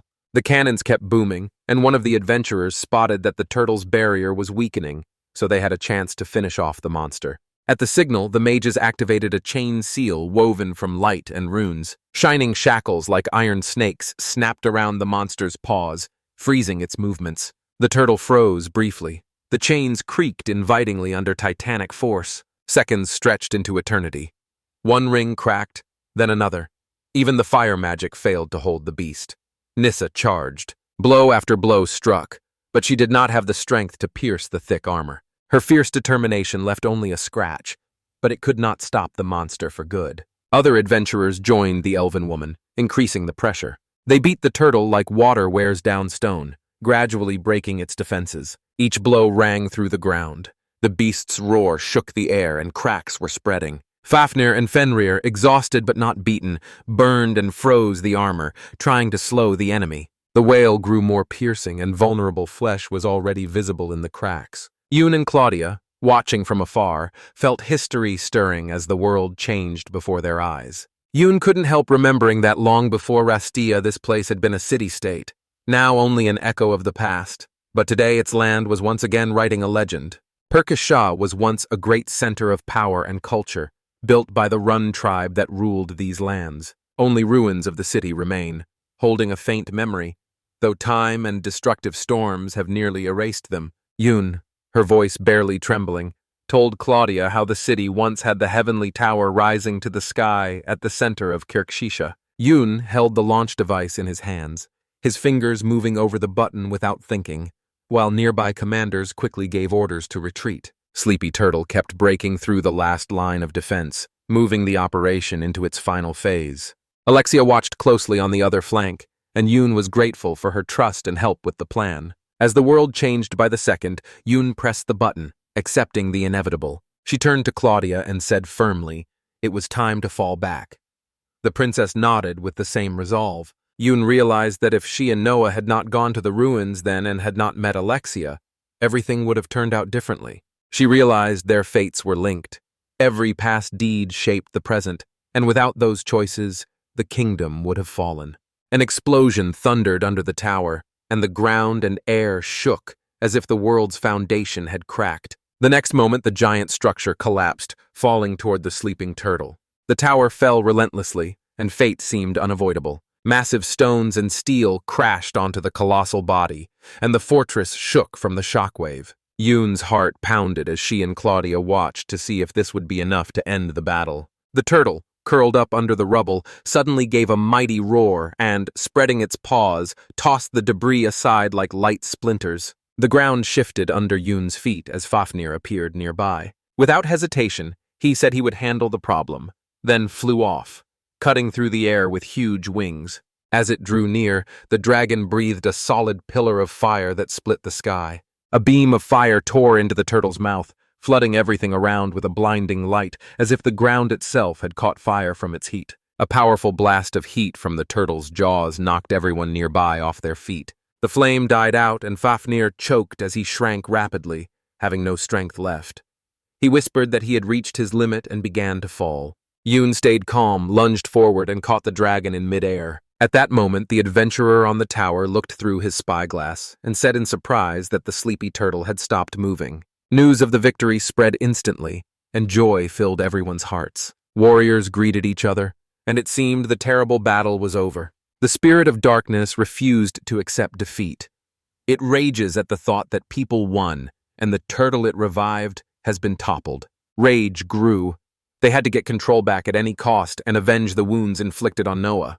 The spirit forced the turtle to give him its body and then began to inhabit it himself. Noah, Alexia, Yoon, Claudia, and the others stood stunned as the beast rose again and headed for the capital. A terrifying new sight. The turtle became even more fearsome, moving with incredible force and crushing everything around. Nothing could stop her now. Yoon could not believe her eyes. Panic spread among the adventurers as people fled to save their lives. Claudia immediately ordered all troops to withdraw because continuing the fight would only increase the destruction. She ordered the capital evacuated because the consequences could be catastrophic. Perched on Fenrir, Nissa watched nervously as the situation slipped out of control, and if the beast moved on the elven village would be in danger. Fenrir asked if they would defend their home, and the elven woman went pale and whispered that against such power, almost godlike, they had little chance. Wrapped in darkness, a turtle opened its jaws, and beams of pure darkness shot down to the ground, erasing everything in their path. Inside the beast, the spirit of darkness gloated as people's fear and despair fed it even more. His aim to swallow the world in shadow until the last light went out now seemed closer than ever. Fear rose, but Noah and Alexia kept running through the forest, the ground trembling with every thud of the turtle. And then Noah asked if the dark spirit had merged with the monster, and Alexia confirmed with pain in her voice. He realized he should have attacked earlier while the beast was still weak, but now it was too late. Noah stopped, held back his fear, and firmly decided this was not the end. Recalling the Book of Peace's power to reveal an enemy's weakness, he closed his eyes and focused all his magic, and when he opened them, the book was gone. My heart tightened with anxiety, as if something important was slipping from my memory and getting lost in the dark. Alexia called softly when she noticed his confusion. Not yet understanding everything, she sensed the power Noah tried to use was not his. Her voice trembled as she explained that Noah, though bound to the book, is not a full member of the tribe, so his power is limited. In despair, he asked if there was any way to strengthen his powers, but Alexia only shook her head. She did not know the answer. That Noah had gained the book's power at all was already a miracle. Thoughts raced through his head. Intuition told him the exit was very close. He turned in silence and walked away. He ordered Alexia to stay and not take risks. Facing the enemy, he had to do it without the book. Alexia called to him, not understanding the decision, since she did not believe he could do it alone. Noah stood firm and promised to come back alive, asking her not to forget that promise. Alexia felt everything flip inside her. Tears filled her eyes. The memory of her father, who had once left and never returned, came back. She refused to lose anyone again. Letting Noah go was impossible. At that moment, he used his skill and the sword rose into the sky. Alexia stopped hesitating, used her own power, rose into the air, and stood beside. Magic filled her body. Noah turned and met her gaze. Determined, she said she knew how to strengthen his magic. After her father's death, the Kirksheesh throne was left empty, and as princess of the Run tribe, she could pass it to Noah. She put her hand on his chest and decided it was a necessary step. They must marry. Then Noah will become king and gain full access to the Book of Peace. Without a second's hesitation, Alexia acted quickly. A kiss. At that moment, childhood memories filled her heart. Alexia remembered her father's words that to the Ruan people this is the most precious and personal act, given only to someone truly cherished. Whispering, she asked the tribe to give Noah Aldegheim its eternal protection from now on. Alexia stepped back with a smile, and Noah, stunned and embarrassed, looked at her in silence. Apologizing for the suddenness, she explained that the decision to marry was a joint choice. Noah stood, unable to immediately grasp the full significance. Suddenly, a magical aura burst around him, filling his body with an unknown power. Alexia explained that Noah is now the king of the Rune tribe, and the title gives him unlimited use of the power of the Book of Peace. Standing at the center of the vortex, Noah felt his thoughts, feelings, and his very soul merge with an ancient flow of energy. The Book of Peace appeared before them at that moment. Alexia said confidently that they would certainly win. Noah looked at the manuscript with a confidence he'd never felt before. Meanwhile, a turtle wrapped in a dark aura was crushing the capital. The spirit of darkness watched with a cold stare, savoring the townspeople's panic as they prepared for certain doom. The next second, he unleashed a new stream of icy darkness that swallowed everything in its path. High on a tower, Noah opened the Book of Peace, his fingers sliding line by line as he began to rewrite reality. It felt like nature itself obeyed him. The darkness pouring from the beast's mouth suddenly changed direction and slid aside. Down below, adventurers watched the black stream, deadly just moments before, thin out as it passed the streets. Without hesitation, Noah cast a mass healing, and the warriors felt their wounds close and their strength return. He activated a spatial transfer and sent everyone to a safe sector outside the destructive zone. The turtle, still warped by darkness, glared at the tower with contempt. Only Noah blocked her path. At that fateful moment, both realized the final duel was inevitable, and the capital's fate depended on the king holding the Book of Peace. The dark spirit, speaking from inside the turtle, said ominously that he never expected any of the runes to call on the power of the Book of Peace again, and that killing Noah would be enough for that power to come to him. Noah replied firmly that today he would end the darkness and its tricks. The spirit only bared its teeth, inviting the boy to try. Without hesitation, Noah drew the shining light blade and drove it straight into the heart of the darkness. Not stopping after one strike, he opened the Book of Peace, copied the lines, and swords of light multiplied. A cloud of radiant blades, like a starry army, surged toward the dark being. The spirit sneered and called the attack a child's game that could not stand against true darkness. Countering the spell, he easily deflected the radiant barrage, the light blades scattering into sparks and causing no harm. Below, the adventurers and mages watched in awe and dread. In the blade's light, Noah looked like a living wonder, and Yoon looked closer and recognized the figure in the glow. The light suddenly cleared, and blood dripped from Noah's nose, his mana draining fast and his body growing weak. The dark spirit laughed, insisting that without enough power, the Book of Peace is a worthless trinket. Noah did not give up. He realized that rewriting reality required enormous energy. Staring at the page, he touched his name and rearranged the lines, recasting his magical flow and breaking the limits of what was possible. I felt power rising to unfathomable heights. His aura radiated unmatched power. Old limits melted away and energy flowed endlessly. The dark spirit watched in silence as the turtle controlled by Noah lost its dark power, and Yoon saw the boy was now fully in charge. Noah sprang forward like lightning. The stunned spirit wondered who he had become. The young man demanded they surrender without appeal. With the Book of Peace, darkness had no chance. The spirit smirked, still sure of his strength, and asked if Noah was certain of victory, while Noah only shrugged and braced for the outcome. Darkness, roused by rage, released streams of blackness, reminding that it had once killed the Rune King, who also owned the book. Black clouds rolled over the capital, covering the sky, and the decisive battle for the light was just beginning. The sky over the city darkened. The book's pages began to blacken, swallowing the light as night swallows day.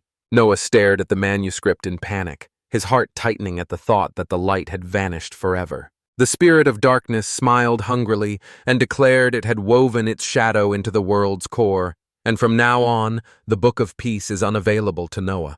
The black shroud kept spreading, swallowing the capital's streets. A sudden jolt threw Noah back, and he slammed into the tower as stones crashed all around. The darkness did not stop and was ready to attack again. Echoing through the city, his voice roared that everyone must die, drowned in darkness. The adventurers fell silent, bracing for the end.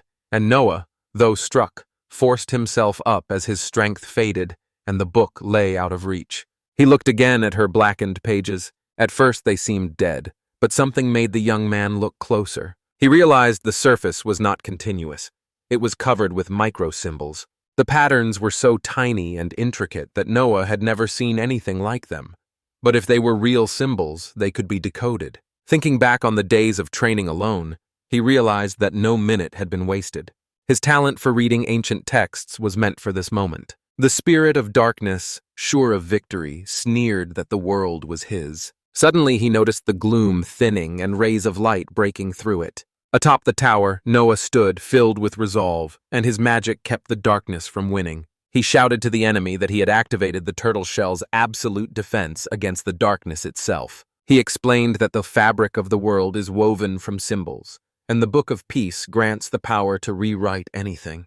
Below, the adventurers stared, unable to believe their eyes. The dark spirit could not grasp how Noah mastered the power, and Noah said the turtle shell absorbs magic without destroying it, so the power now serves the light. The turtle shell kept drawing in the gloom, absorbing the dark spirit's power and filling with its aura. Its surface slowly lit up, reflecting the darkness it had just swallowed and emitting an inner light. Noah smiled when he saw that the armor not only absorbed the darkness, but also directed the converted energy at the enemy. Barely had he finished the thought, when the shell suddenly burst with a powerful jet of mana that struck the very core of the darkness inside. Noah said, "You picked the wrong opponent.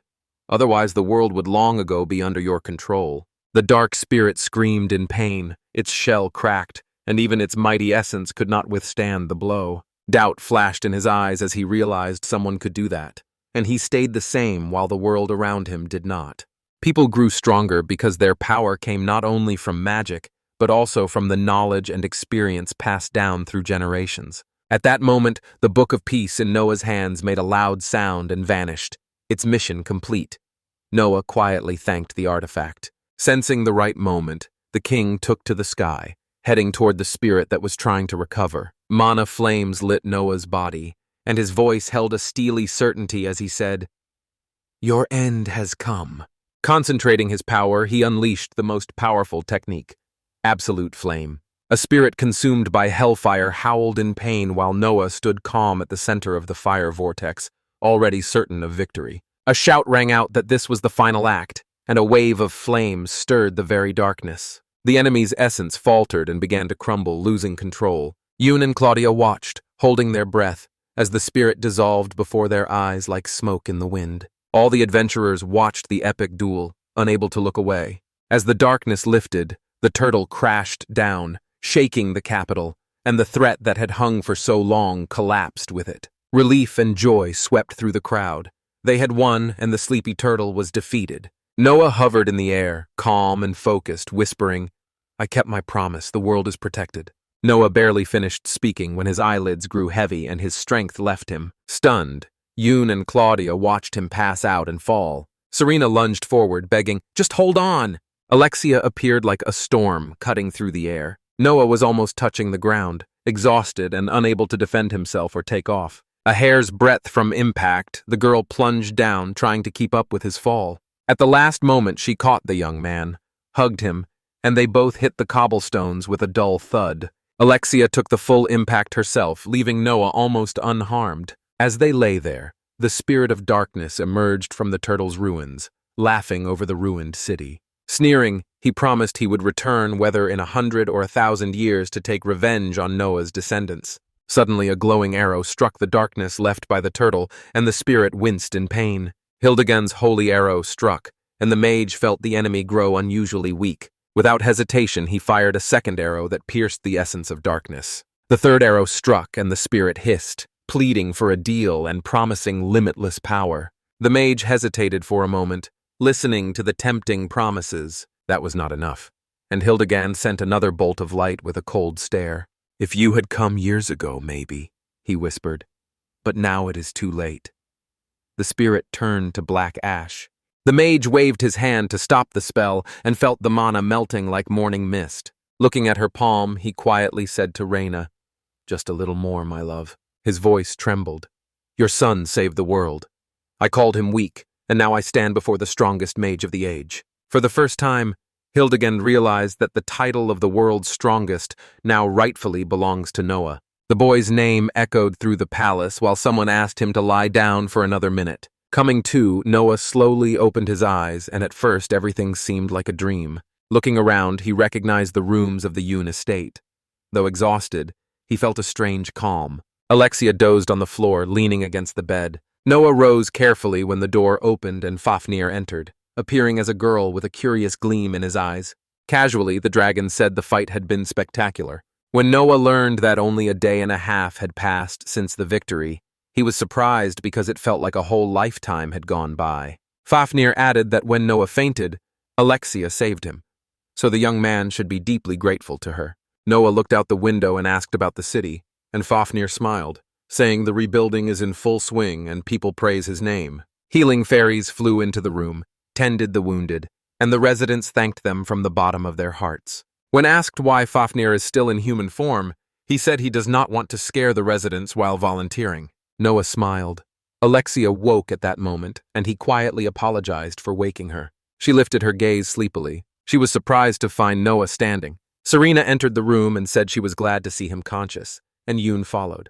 Noah greeted them warmly, unaware that both had also fought on the front lines. Serena started a lively talk about rebuilding, and Alexia watched silently from the edge of the bed. A shadow of jealousy flashed in her eyes as she looked at carefree Serena. Later, Noah and Alexia stood before the king, who gave them a stern look and said Yoon had already told him everything. The king praised their deed and announced that Alexei would be awarded the rank of second-class mage and Noah the rank of first-class mage, the highest among the kingdom's mages. Noah thanked her and, seeing Alexia's embarrassment, said, "This is one of the highest honors and should be accepted with pride." The monarch especially thanked him for saving his daughter, Claudia, and Noah awkwardly admitted he didn't know where she came from during the fight. The king stroked his beard and said grimly that he wanted to discuss the future of Noah and his father. He repeated the rumor that Hildegard had disowned his son and driven him out of the house. If it is true, the father must face proper punishment. Noah lowered his head. It was exactly like that, but he wouldn't let the matter end on revenge. Standing up, the young man said firmly that his father had changed.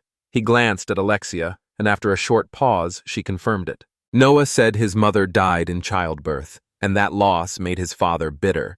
But Noah does not hold a grudge against him and asks for mercy. The king's face softened. He asked whether simple forgiveness would be enough for Noah, and the boy nodded, convinced he had made the right choice. Clavdia reminded them about the next meeting, and the king, regaining his composure, thanked Noah again for saving the kingdom. The monarch rose, wished them well, and waved them off, and the guards asked Noah and Alexia to follow. They exchanged surprised looks, but kept walking down the corridor. A door opened ahead of them, and then, outside, the towering balcony met them with a unanimous roar of applause. Thousands applauded and shouted their thanks, filling the air with a triumphant roar. Noah and Alexia stood taller. Pride filled their hearts, and their faces glowed with genuine gratitude. The crowd thanked the heroes for destroying the sleepy turtle.